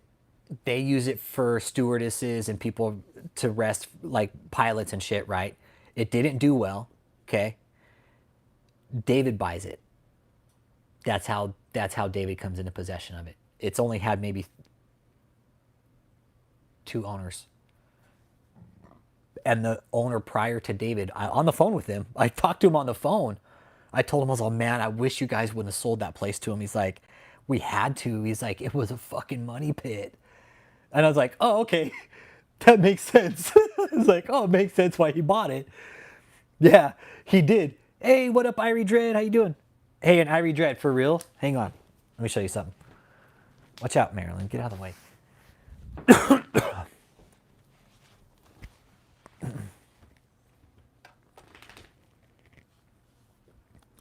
This is what I shot that video with yesterday.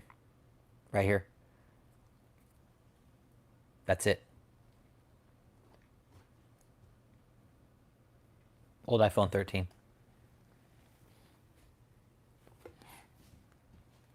That's what I'm shooting on right now, actually, an old iPhone 13. These are just both brick phones that, one was my dad's when he passed away and I hold on to it.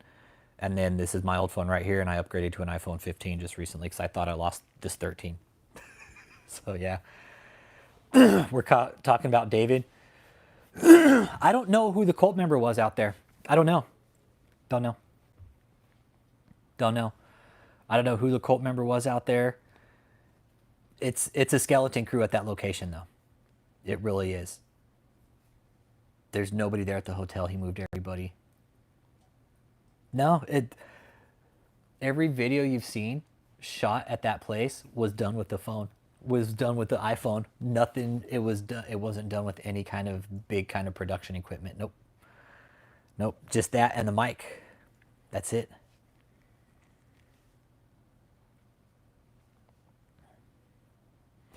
No, I don't think Mahesh Patel is related to Cash. No. And don't even get me started on Cash Patel. Fuck that. Fuck. Motherfucker. Fucking hate that Cash Patel. Fuck. Anyways. I don't think he's related to Cash Patel. Yep. Yep. Yeah, dude. Yeah, exactly. That's what we're talking about right now too, Irie Dread, is we're talking about the hotel. And he was Uncle Jake. The dude was happy to get rid of it. He's like, fuck, I was happy to get rid of it, man. He's like, it was costing us a lot of money. And he's like, most of it was maintenance. Mostly maintenance. So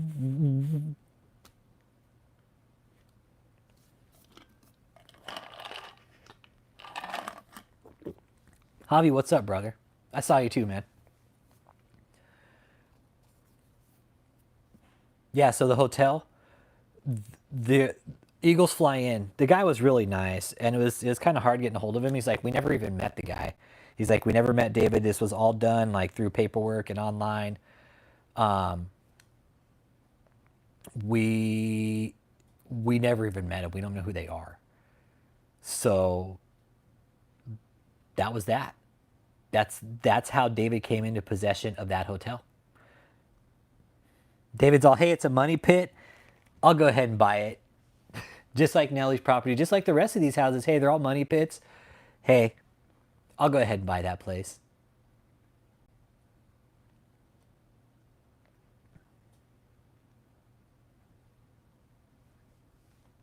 So, yep. It would make sense that David buys a money pit like that. So, and again, that's exactly what the owner told me. It's like it was a money pit. So that's the hotel. That's why David now owns it, because buying that place was David's or else option.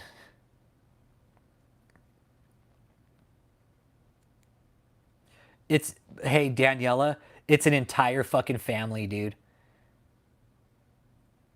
I don't fucking know who gave him this idea. Irie, that's something I've been kind of fucking pounding my head on. Is who gave David this idea?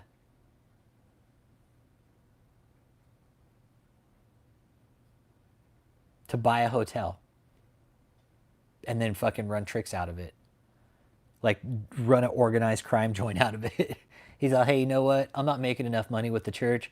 Michelle, go sleep with all these guys. Bullshit. Come here, Marley. Come here, bud. Come here. Come on. Yeah, that's my boy. Come on. It was dumb for David to do that. It really was. I'm trying to figure out how much money he made off of it.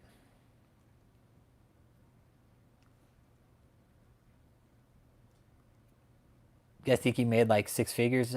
You think he made a lot off of it? Or maybe he wasn't there long enough to make enough? I think she could have been. I think Michelle could have been servicing clients. Absolutely. Yep. I think a lot of the church women were. Joseph was bringing the dudes in the back gate. That's what I was told, man.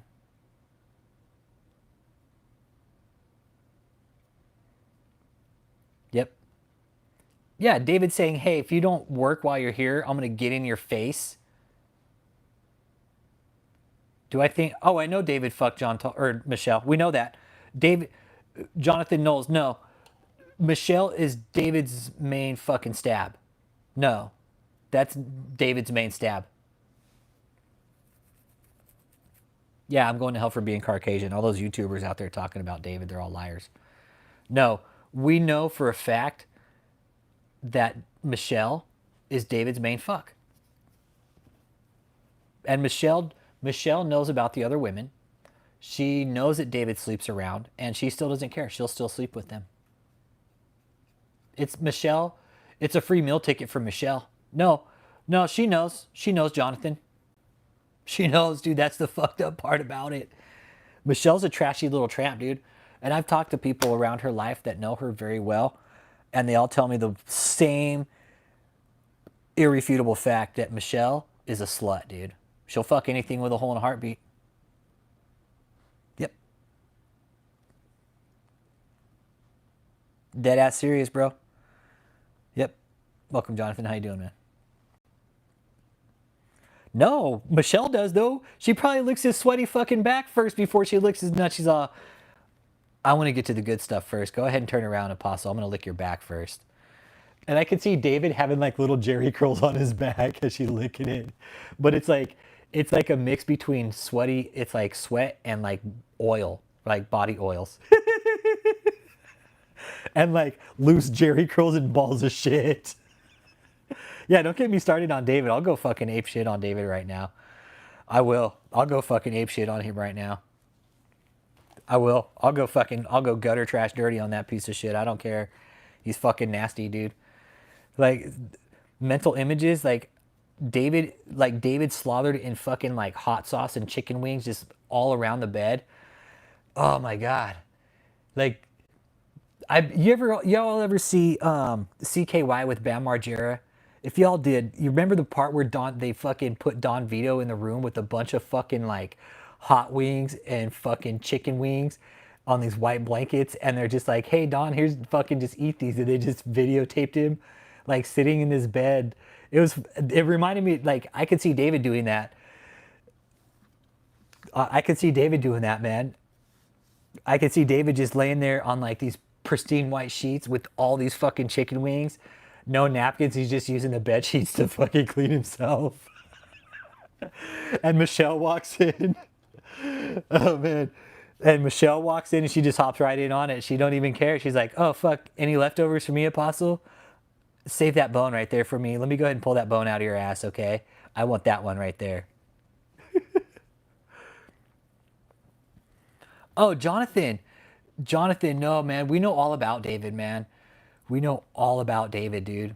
We know everything about him. It's like if we were the other side of David Taylor, we are the other side of David E. Taylor, but the good side of him, right? Like we're the side of him saying, dude, you're fucked up. Like, you don't do this. Like if David had a conscience, we should have been it, bro. Feel me? We should have been David's conscience, but he doesn't see it that way. So here we are telling him what a fucking piece of shit he is. Actually, no, I ate mushrooms watching CKY. No, no, I fucking laughed my ass off watching CKY eating mushrooms. Nope, mushrooms for me. But yeah, no, we know he's a slob, dude.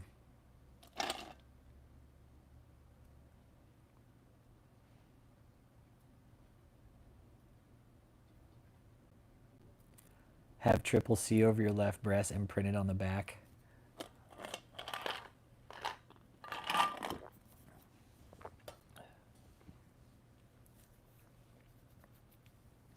Yeah. So yeah, but yeah, Jonathan Knowles, thanks for bringing us that wonderful image of David and Michelle slathered in fucking chicken wing hot sauce. Just fucking.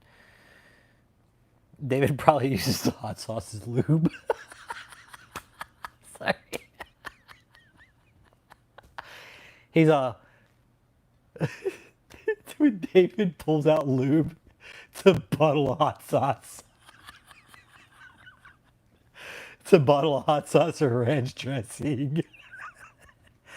He's all, you don't need any Astroglide. He's all, I got one better. Pulls out a fucking thing and like Tapatio hot sauce. Fucking puts it on. Oh man, nasty bastard, man. But yeah, Jonathan, we've been reporting on David for several years now, man.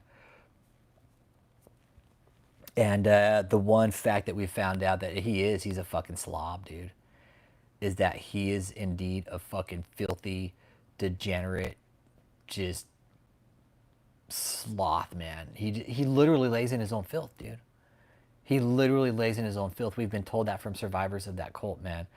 David just literally sits and eats in bed all day, bro.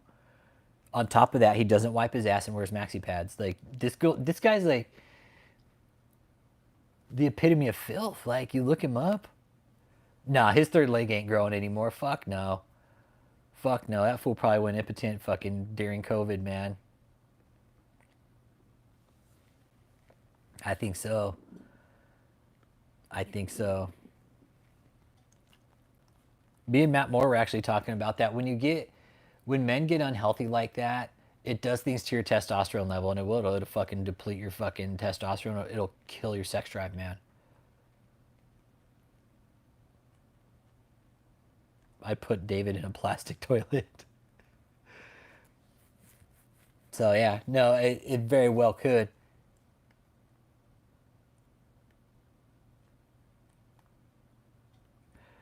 You know, I talked to Cliff. He said whenever we're ready, man. I told him when we get back in the studio. I told him it'd be a bit, man.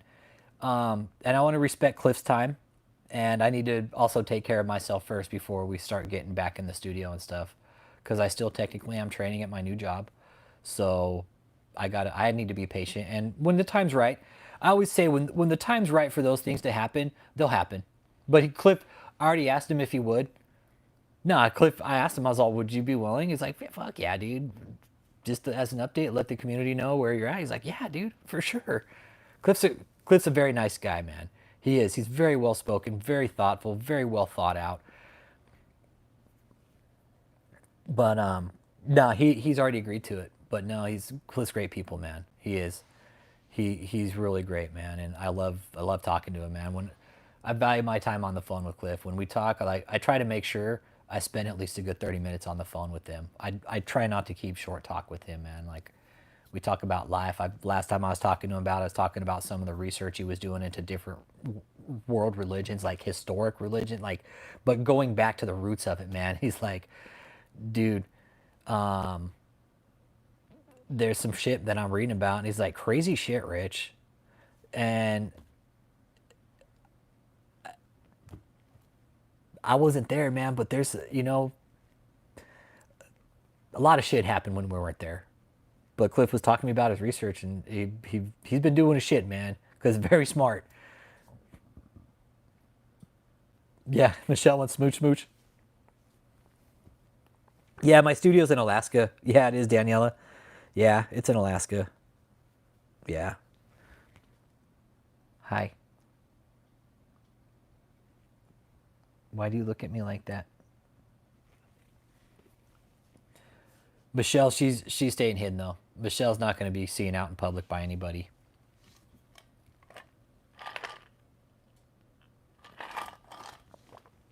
But yeah. Jonathan Knowles, where'd you go, man?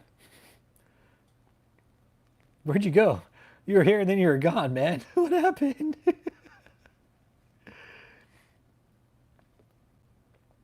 Okay, he came in and he dropped a really good comment in there. Dropped a really good comment in there about Michelle. Marilyn, I don't know what to tell you. You just go outside. There's a doggy door.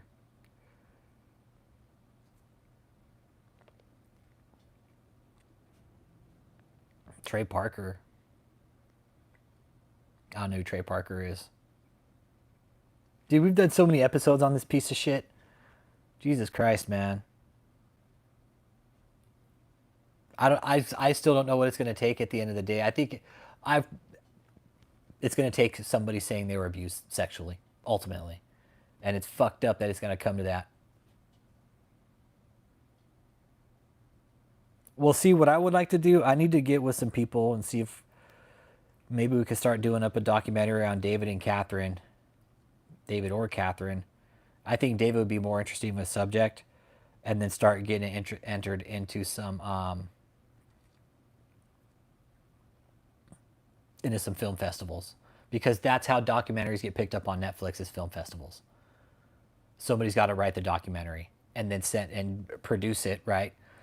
Put it into a documentary style film, and then you start submitting it to film festivals. And I'm all for that. The content's there for David. Fuck.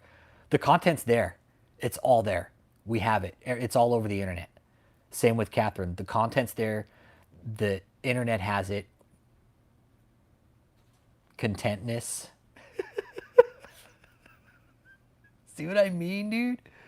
You see what I mean, Daniela? You want to do Katherine? Okay. Okay, let's do Katherine then. All right. Okay. You think Katherine, Uncle Jake? Okay. She's active. Yeah, I'm with you. I'm with you there. Maybe we could do David in the flip side after Katherine. Okay. Cat Mom, fuck, if you know anybody, fuck. Katherine, okay. Okay, let's do Katherine then. Text my boy right now. I'm going to text my guy. I'm going to text the homie. I'm going to text Javi or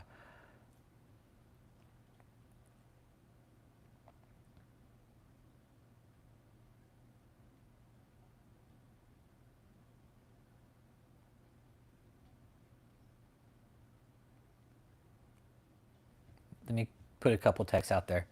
Okay. Use David E. Taylor for B-roll? Okay.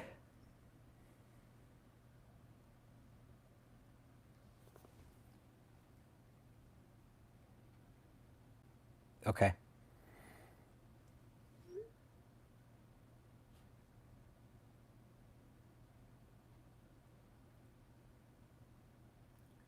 All right, cool. I put it out too. I think so too. I'm with you, because she's a woman, right? And a woman in the church, like, that's going to draw a lot of attention.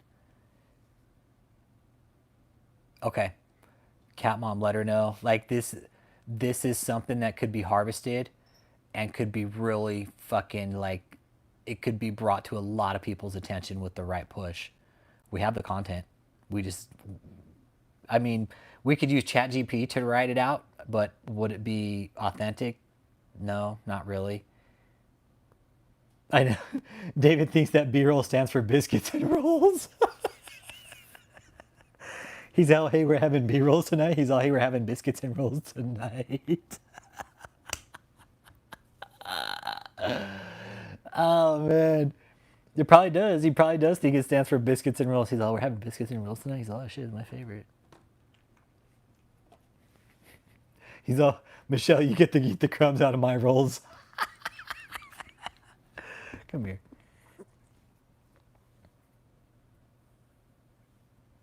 My dog vomited today. It looked like biscuits and gravy. I'm so dirty. That's fucking gross, man. I bet when David vomits, it looks like biscuits and gravy too. No, that's what happens when David gets cut. Like biscuits and gravy pours out of him. It's not blood. It's biscuits and gravy. It's like coagulated sausage gravy, and then like the biscuits come out afterwards as like the clogging agent in his body. Because David doesn't have like a lot of platelets, so he doesn't clot normally like me or you. So like his body clots with biscuits and gravy. David's all, God damn that, Rich. How did you know my secrets?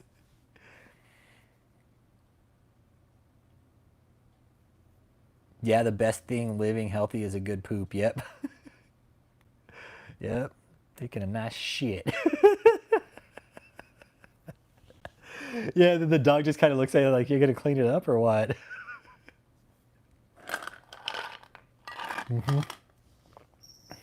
She kind of looks at you like, they should probably go down and smell it. Like, are you going to clean this up?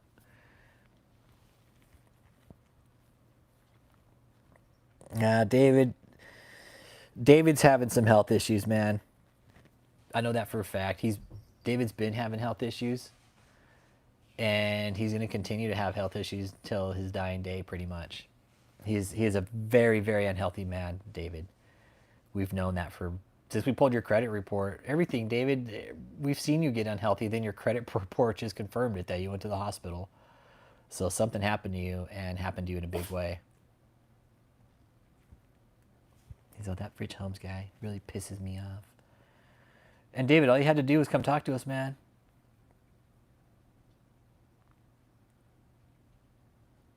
All you had to do was come talk to us. Might as well, hey.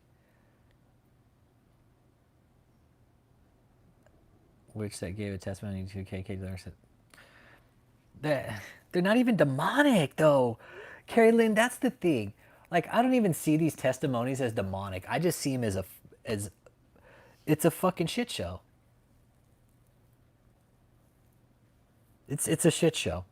It's a scam. It's a grift. It's all, hey, get out of there. That's mine. Stop drinking my tea, goddammit. Fucking crackhead.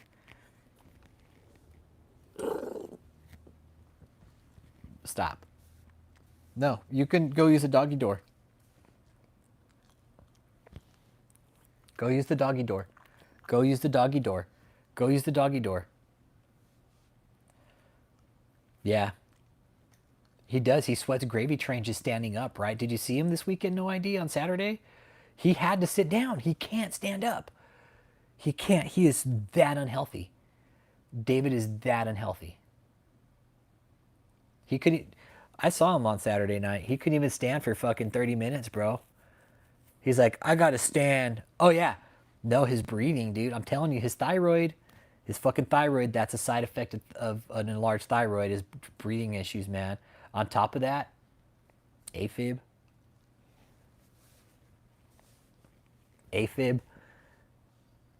Oh, yeah. Did you see him like, he was like this at one time. He was like almost doubled over, Daniela. Hey, be good, Clintstagram. Have a good day, brother. I know he's all, the lamps are so hot. I was like, no, you're just fucking hot, dude. Yeah, it's the lights. No, it's not. You can't regulate your body temperature because you have so many problems. Yeah, that's why I rarely take my dog to the vet when they're sick. Yeah, your dog's sick. Here's some pills.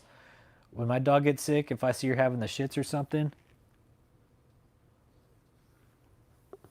What is that?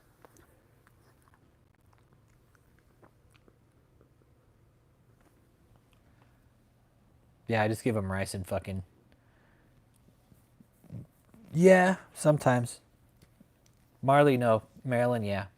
She needs a haircut, actually. But I just noticed something on Marley's paw right now.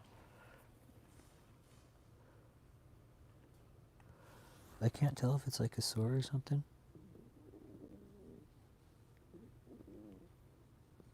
Oh, yeah. I'm going to have to put a little Neosporin on him. Yeah, he does. He needs to sit. And then, like, Cat Mom, did you notice how he was just, like, kind of hunched over the whole fucking time? That's what visceral fat does to you, right? David, being the obese fucking gutter walrus that he is, he had to sit down because, one, his legs can't take the fucking weight anymore. You want to know what I think, Cat Mom? Diabetic fucking neuropathy. Yep, visceral fat is hard to lose. Exactly. He's got foot problems. He can't bear the weight. His feet are fucking killing him. Yeah, the gutter walrus. Yeah, sewer seal, gutter walrus. I don't know how the gutter walrus came around. But yeah, sewer seal, gutter walrus. Yeah, I like sewer seal. How much was the post? Oh, I think it was like, fuck, when I was there, it's like $8 an hour or something. It was cheap. Yep. It was pretty cheap, Uncle Jake. It wasn't much at all. But they had like all the lifts and the jacks and everything.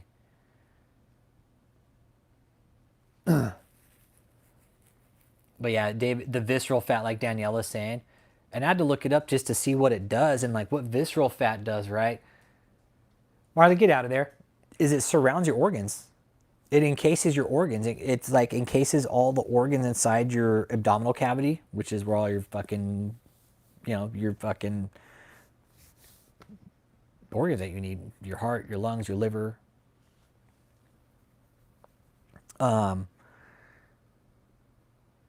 Yeah, exactly. It's more dense. It is. It's more dense. It's harder to lose. And it's more dangerous.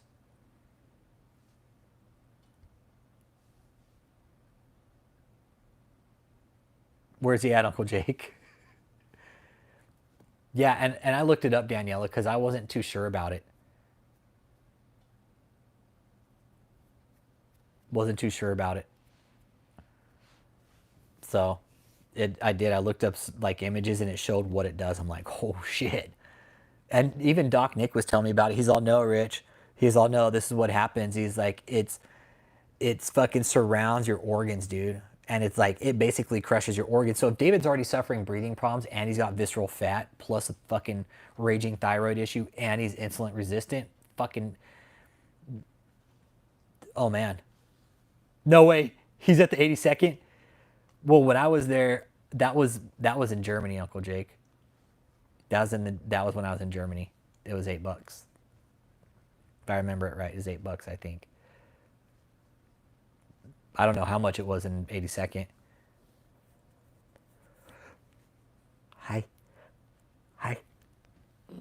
Hi. I know you're so cute. 80 deuce. That's how fast I was coming back from Houston to 82. 82. So yeah, with David, he's he's not in good shape, man. He's got all these gyms, man.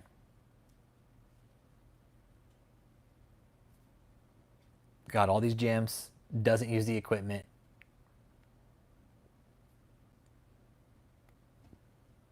You'd think he would, right? You think if he had all these health problems, he's like, fuck, I got all these functional gyms, like, fuck, let me go ahead and start walking. But he doesn't. He doesn't. He'll never use a gym. It's like, God's going to take these miracle this fat away from me. Now she's out of the water.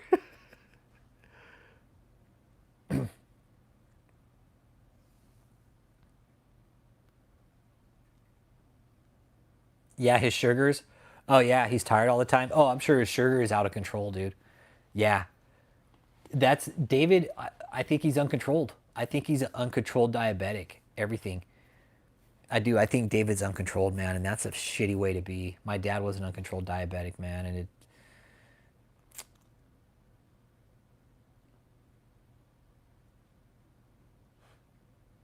Yeah, man.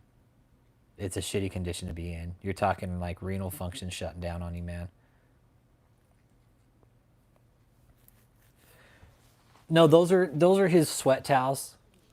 No, and that's the thing. I look at people like David who could have probably fixed himself, and he's just a fucking degenerate fat fuck and just not taking care of himself. Like, not a pity party, but like my dad couldn't even fucking afford his fucking medication, dude. That's why my dad fucking became. When I found out my dad's A1C or his blood sugar was hovering around fucking 5 to 600 every day, I was like, holy fucking shit. Like, he was an uncontrolled diabetic, and I'm probably sure David's sugar is probably right around there somewhere, 5 to 600 a day on average.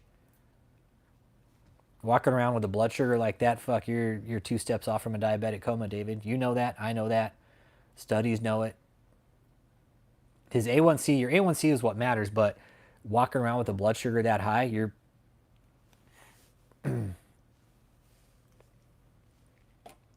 dude, and you know what? That's the thing. Take care of yourself. You know what? Your body's pretty fucking resilient. You take care of your heart, lungs, liver, kidneys, the real vital organs that you really, really need. You take care of those, your eating and stuff, you probably live a pretty good life.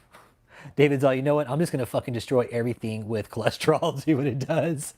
I'm going to destroy everything with Big Macs. I'm going to destroy my heart, my kidneys. You know what? I'm going to even destroy my lungs, my liver, my stomach, my butthole. I'm going to destroy everything. I'm going to even destroy some plumbing. It's a fucking Twinkie bandit. Yeah, David, no, dude, he's the dude, he's where you rank sugar and addictive substances.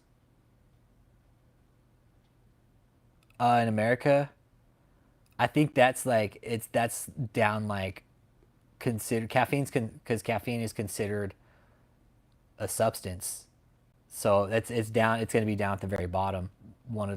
It's still addictive, but it won't be considered addictive like meth or fucking heroin or something like that. Oh, caffeine's hard, dude. Fuck, caffeine's hard. Hardest one, dude. Hardest one. Sugar, dude. Sugar. Yeah, you need sugars, but too much is not good for you.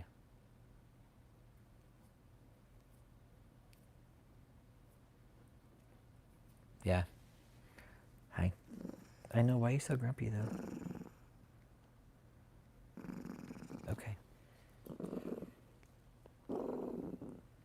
But yeah, David, like we were saying, his health is pretty poor, man. And again, like, we were surprised that he made it this long. After the first medical emergency he had, that he made it this long. What do you think, Uncle Jake? He took that medical emergency. Let's take a peek here. When did it hit his credit report?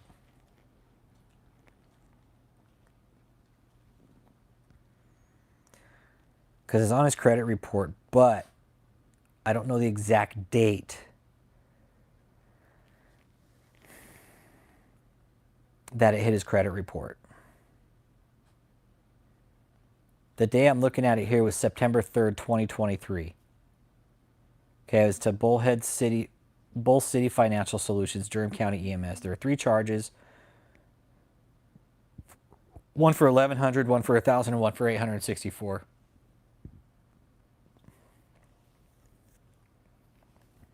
Yep. So he did take a trip. In Durham County, that's Duke University. So whatever happened, I think it happened with his heart. And I think also while he was his credit report 2 dates, yeah. Yeah, it can swell your eyelids, yeah. Like certain allergies, yeah, it'll swell your eyelids up. Yep. Yep, 3 vents, but his credit report's 2 dates, yeah. I wonder if that's the date that it was just reported to the credit bureau. or if that was the date that the event took place. Because that's an ambulance ride.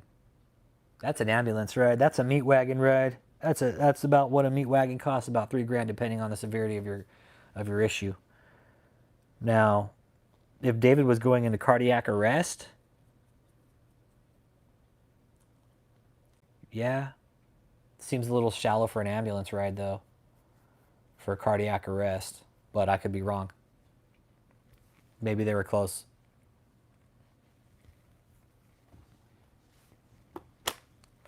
Nope. Nope, here in America, fucking ambulance ride, dude, depending on the severity of your ride, shit, dude. Ambulance ride costs you $20,000, dude. Like Slappy the squirrel from Animaniacs. His son Josh. Oh, his son Josh is a fucking tool. No, David's son Josh is a fucking tool.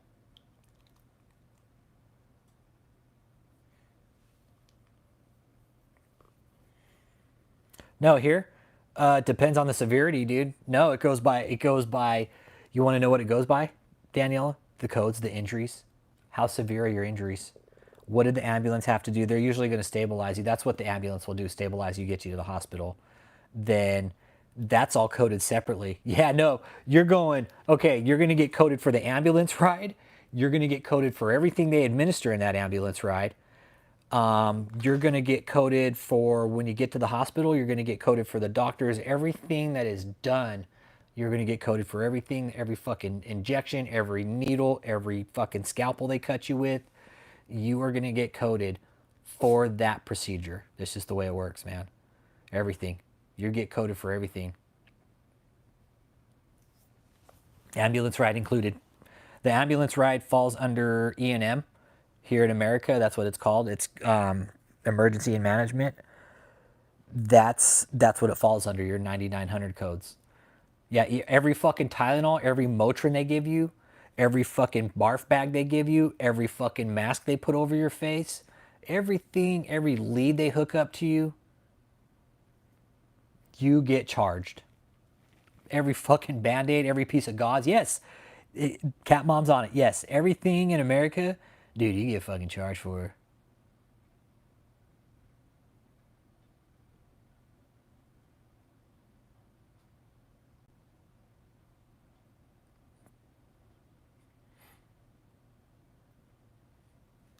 Yep.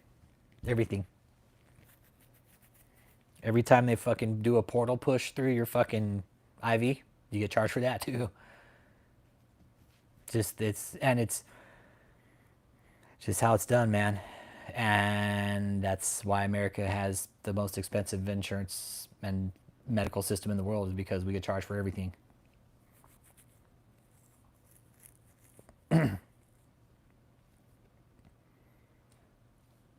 We're talking about how you get charged for medical coding, forbidden fruit. Like when Daniela was saying he only got charged 20 euros for his ride for an ambulance ride in Sweden. And I'm like, no, in America, you get charged the second they fucking start like taking you. You get charged the second the ambulance shows up and they start hooking you up to machines. They start doing CPR on you. Guess what? They're starting to code you. They're coding you at that very moment. Fucking showed up on scene, fucking non-responsive, car accident, fucking started doing CPR. Bam, there's your first code. Unresponsive male, car accident, started doing CPR, slight pulse. You're getting coded right then. Your medical chart is being built the fucking second they step on scene, basically.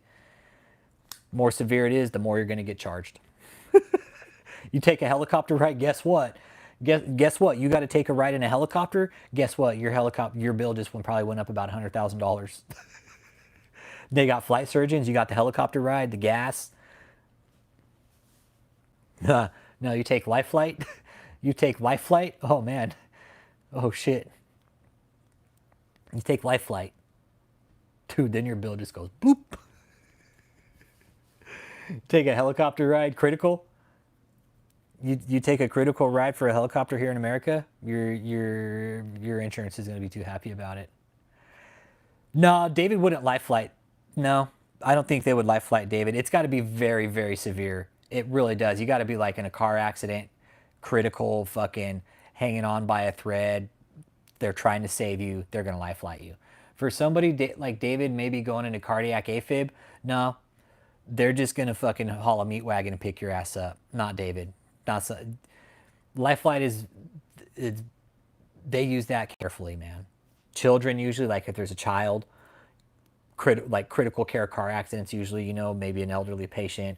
I see them a lot out here in the summer because of the lakes, drownings, people fucking drowning and shit like that. So I see a lot of those. Yep.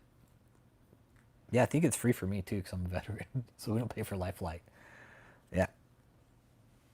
Yep. So I do a lot of organ transplants. Yeah. Cat mom. Fuck. I do a lot of those. Do a lot of organ transplants. Yep. I have those. I have that code set actually memorized because I do them so much. Those are the Z48, 22, 23, and 24 codes. Those are the Z codes for organ transplant aftercare. Yeah. Pretty sure. Let me double check.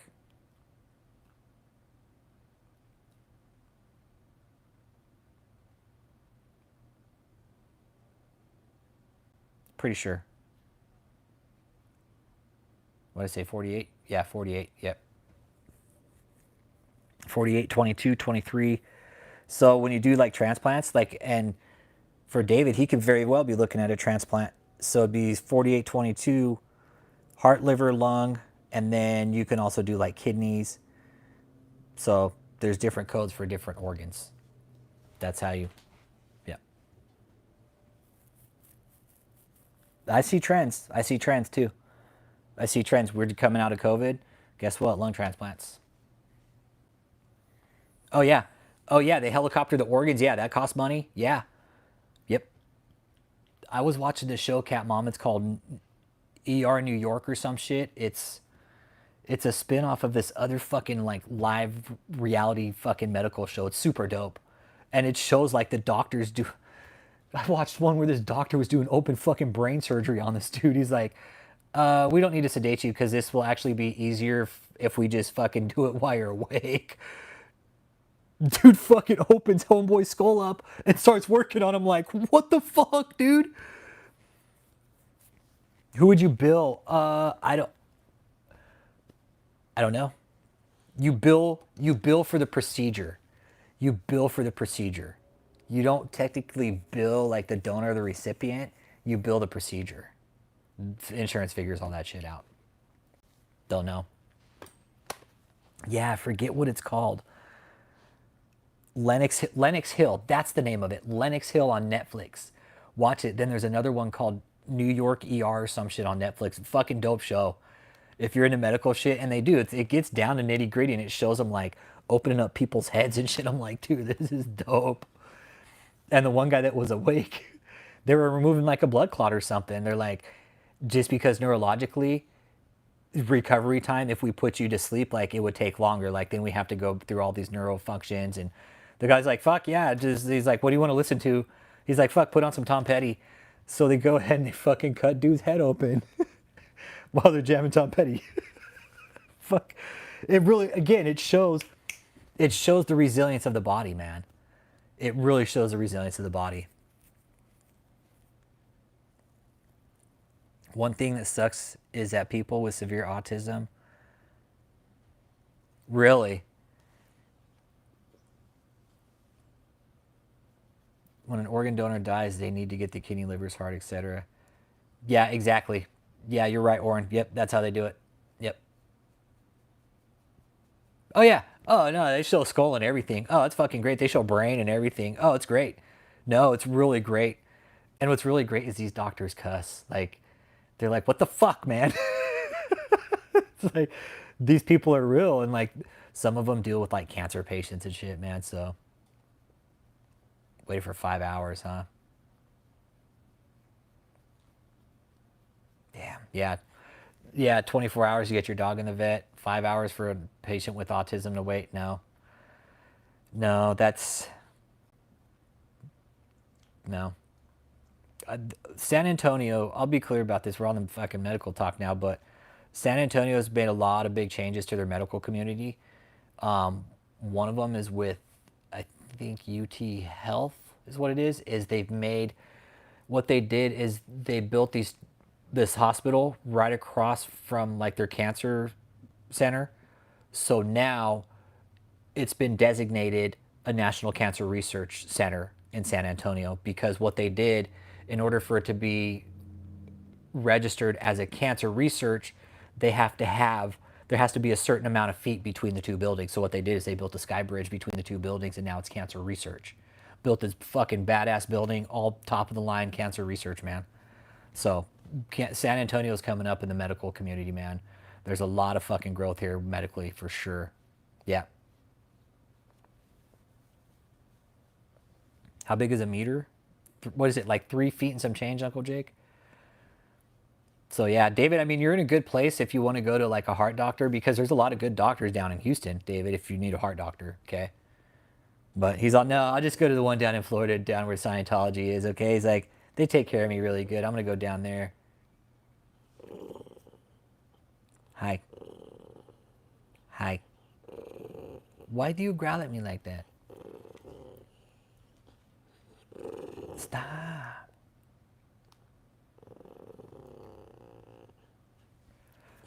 I'm only half a meter. No, that's Marilyn. I know what her fucking problem is, though. No, that's Marilyn.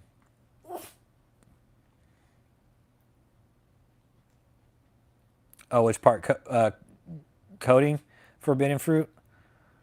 I'm still learning, man. Some days, when I get off work, my fucking brain is just so tired. So tired. Yes, your legs can also get visceral fat, from what I understand. Yeah, it's your whole body. Doesn't matter where it's at. It can restrict your veins and shit like that. Yeah. I'm still learning a lot forbidden fruit.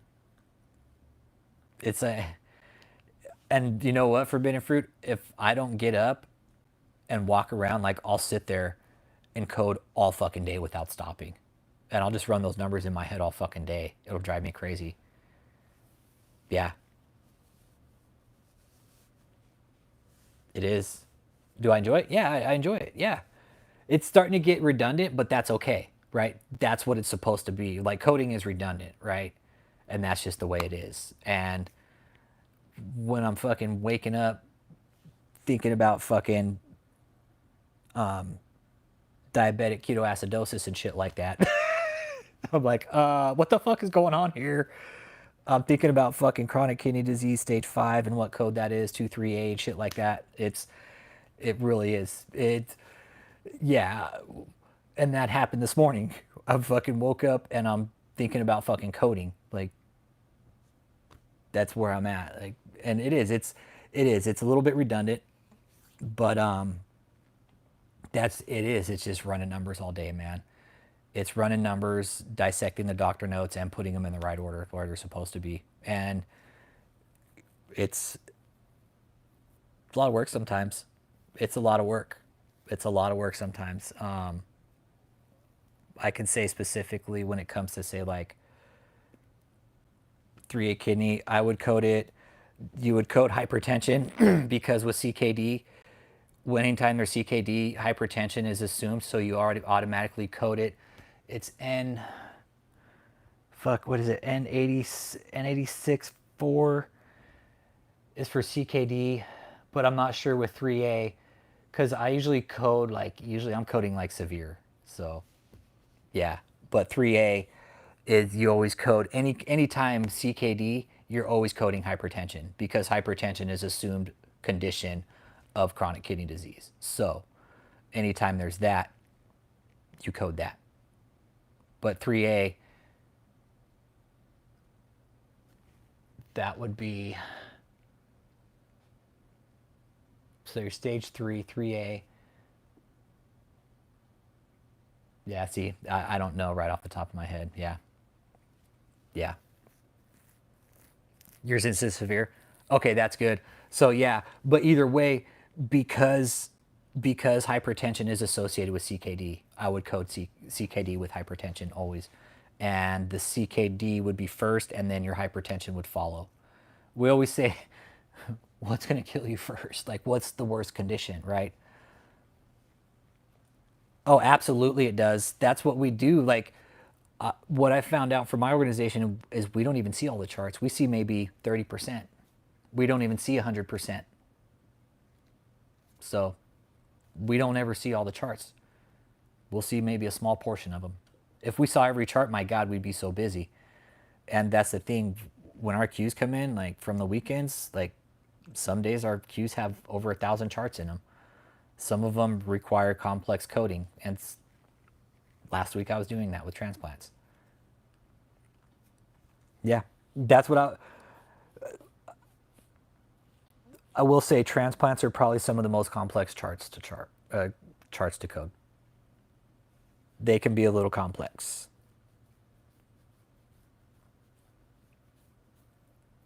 Because there's all kinds of testing that goes in on it too.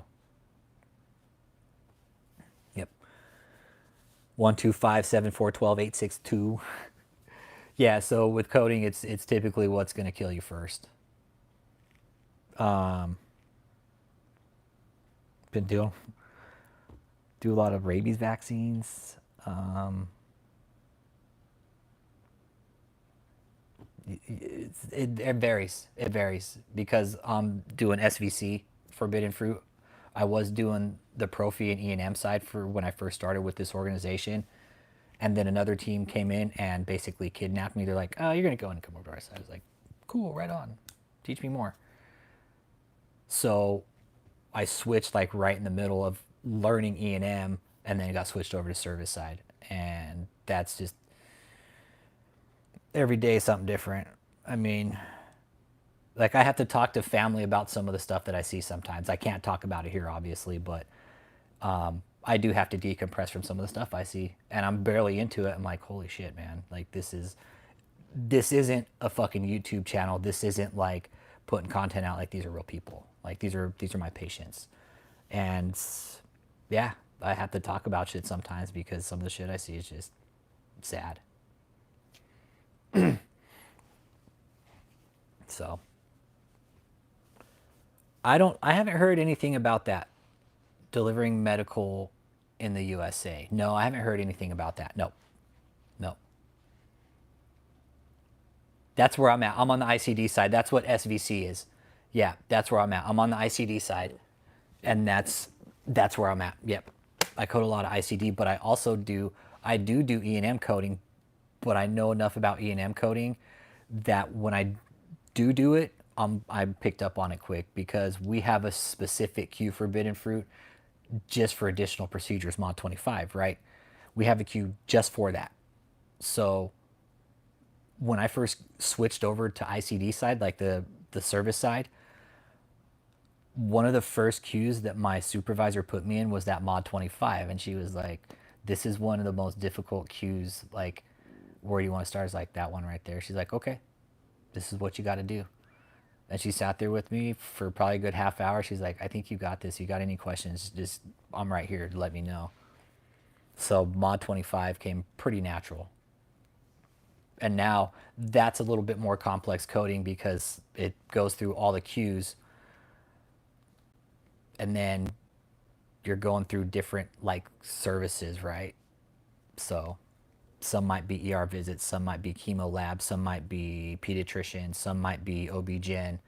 So no, Katherine Crick will never talk about real life because her whole life's a fucking fantasy, dude. Her whole life is a fantasy. We live in the fucking real world where people got to get up, go to work, pay bills, taxes, fucking, and live in reality. Katherine lives in a completely fucking delusional fucking world. That's why she doesn't talk about real life, because her life isn't fucking real, dude. What up, Rachel? So yeah. Yeah. Katherine doesn't deal with pain. Katherine's all pain. What's that? So I don't know what that is. Oh boy.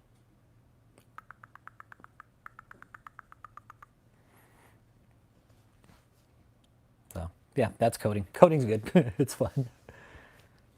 Like I said, it can be a bit redundant, but I still got to pass my exams, so I haven't got over that hurdle yet. I will let everybody know when I do pass those. But this organization, I was fortunate enough for them to take me on without without my certs, but they were like, "No, we're gonna go ahead and take you on because you don't have any bad habits. Not only that, you're fresh out of a program that you got your degree, like that's just as good, but you still got to get your certification." She did grow up rich. She's an entitled little bitch, man. Nah, she's an entitled little fucking white bitch. But I still got to get my certifications too, forbidden fruit. So that's what I'm working on now. So yeah, that's next is my certs, yeah. And those are coming. That's like the one last hurdle I got to get over too, is getting the certification. And the CPC is really fucking hard. It's a tough one. It's a tough one. It's 100 questions, 4 hours long. One of my family members just got drone certified for the police. He's gonna be fucking flying drones for the cops, dude.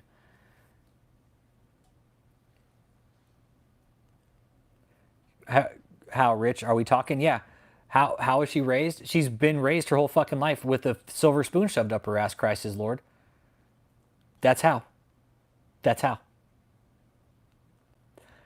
Well, yeah, let's say middle class, but she's a spoiled little bitch, okay? Let's put it that way.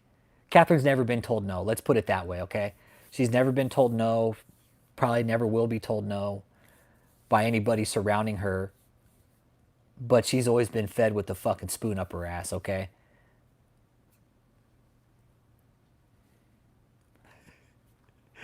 I was looking up some codes for Catherine one day.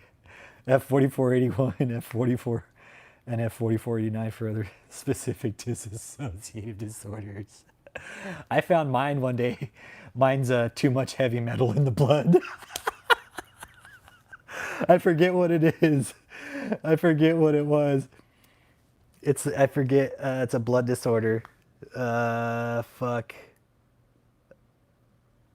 It's not C. It might be C. I don't know. But yeah, mine's too much heavy metal in the blood. From the type of rich she is. Yeah, you can learn how not to be such a selfish little bitch. Christ is my Lord. Yeah. You can learn how not to be selfish like Katherine from learning and watching her. Yes. Yep. She's Christ is my Lord. If you're new to Katherine, let me tell you something about her. She's a fraud, dude. That is the only thing there is to her. She's a fraud. It's all about her. She cares about nobody. It's all about her little fucking five fuckery movement. The fivefold fuckery, okay? It is. It's a complete fucking clown show. Hemochromatosis, too much heavy metal in the blood. Yeah. Yeah. Yep. Too much heavy metal in the blood.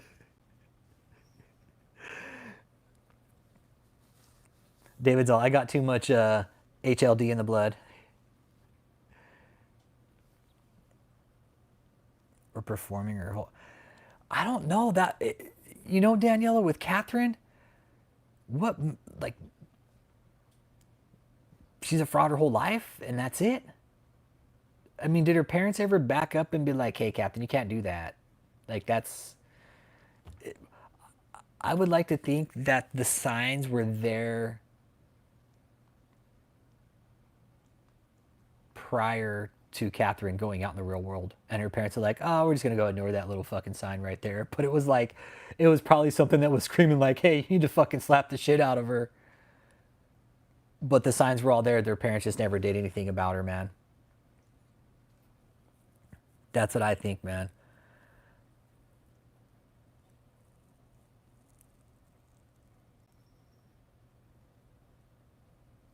One day 60 and 60 odd years. Well, maybe earlier. Maybe earlier. Yeah, prior to her 3 month school at sea. Yeah. You know what, Christ is your Lord? I always say everybody should have their own relationship with God. I'm not going to sit here and fucking be like, oh, Christ, he's my Lord. I'm not that guy, dude. I'm not that fucking guy. And I know that's what you would fucking ultimately want. But I'm not that guy, dude. I'm not going to sit here and fucking beat the Bible into people. We're just going to report out the ones that are doing it wrong. Then people can make their own informed decision. But I'm not the guy to sit here and fucking Bible thump and fucking beat my dick about Jesus, dude, because I don't have that type of relationship with God. Do I have one? Yes. But it's not that type where I'm going to get up and fucking slobber about Jesus, dude. No. No. I'm here to point out the inconsistencies that we see from a fucking non-Christian standpoint, man. I don't go to church. I don't read the Bible. I have my own relationship with God, and that's between me and the dude. And people have a hard time with that. Specifically, people who come in here and try to figure out what I believe in. You're not going to figure it out because I don't believe in any set fucking religion, dude. If there is a God, I'm going to believe in that, dude. That's it. That's it. I'm not going to sit here and fucking go out and be like, praise Jesus. No. It literally says to fucking like pray in silent and pray in silence, pray in secret. Like you're supposed to have your own relationship with God. I encourage everybody to do that.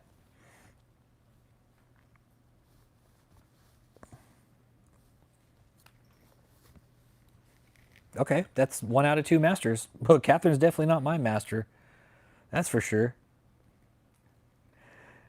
Uncle Jake, can you do Katherine and John Tall as Master Blaster from fucking Road Warrior? From Mad Max? Master Blaster run Bada Town. Who run Bada Town? Master Blaster run Bada Town. Put Katherine as Blaster and Master as John Tall. That's cool. That's good. I know a lot of hypocrites too. There's a lot in the church, dude. One place there's a lot of fucking hypocrites is the church. I've seen some of the biggest fucking hypocrites call themselves Christians. Hi. Text you? Okay. Text Uncle Jake here. Marilyn, you need to calm the fuck down, man. I always take you places whenever you want to go. Chill the fuck out. Calm down. Yes, I get it. You got to go to the bathroom. You can wait for me. I've seen you hold your shit for 3 fucking days. No. No. You can wait.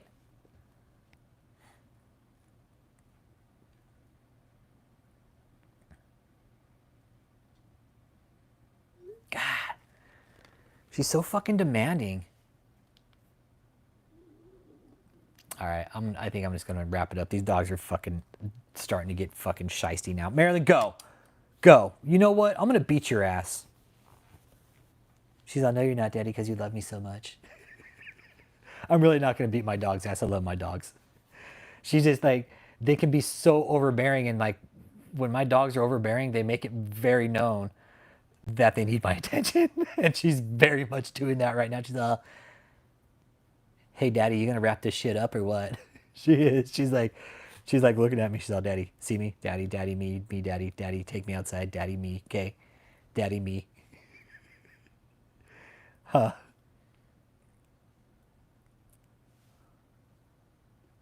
Well, that's cool. We're not a racist channel. I don't know where racism came into everything here, but all right, cool, man. Y'all have a good evening. Catch you guys on the next live stream, man. 54. Be good, brother. The rest of y'all be good too, man.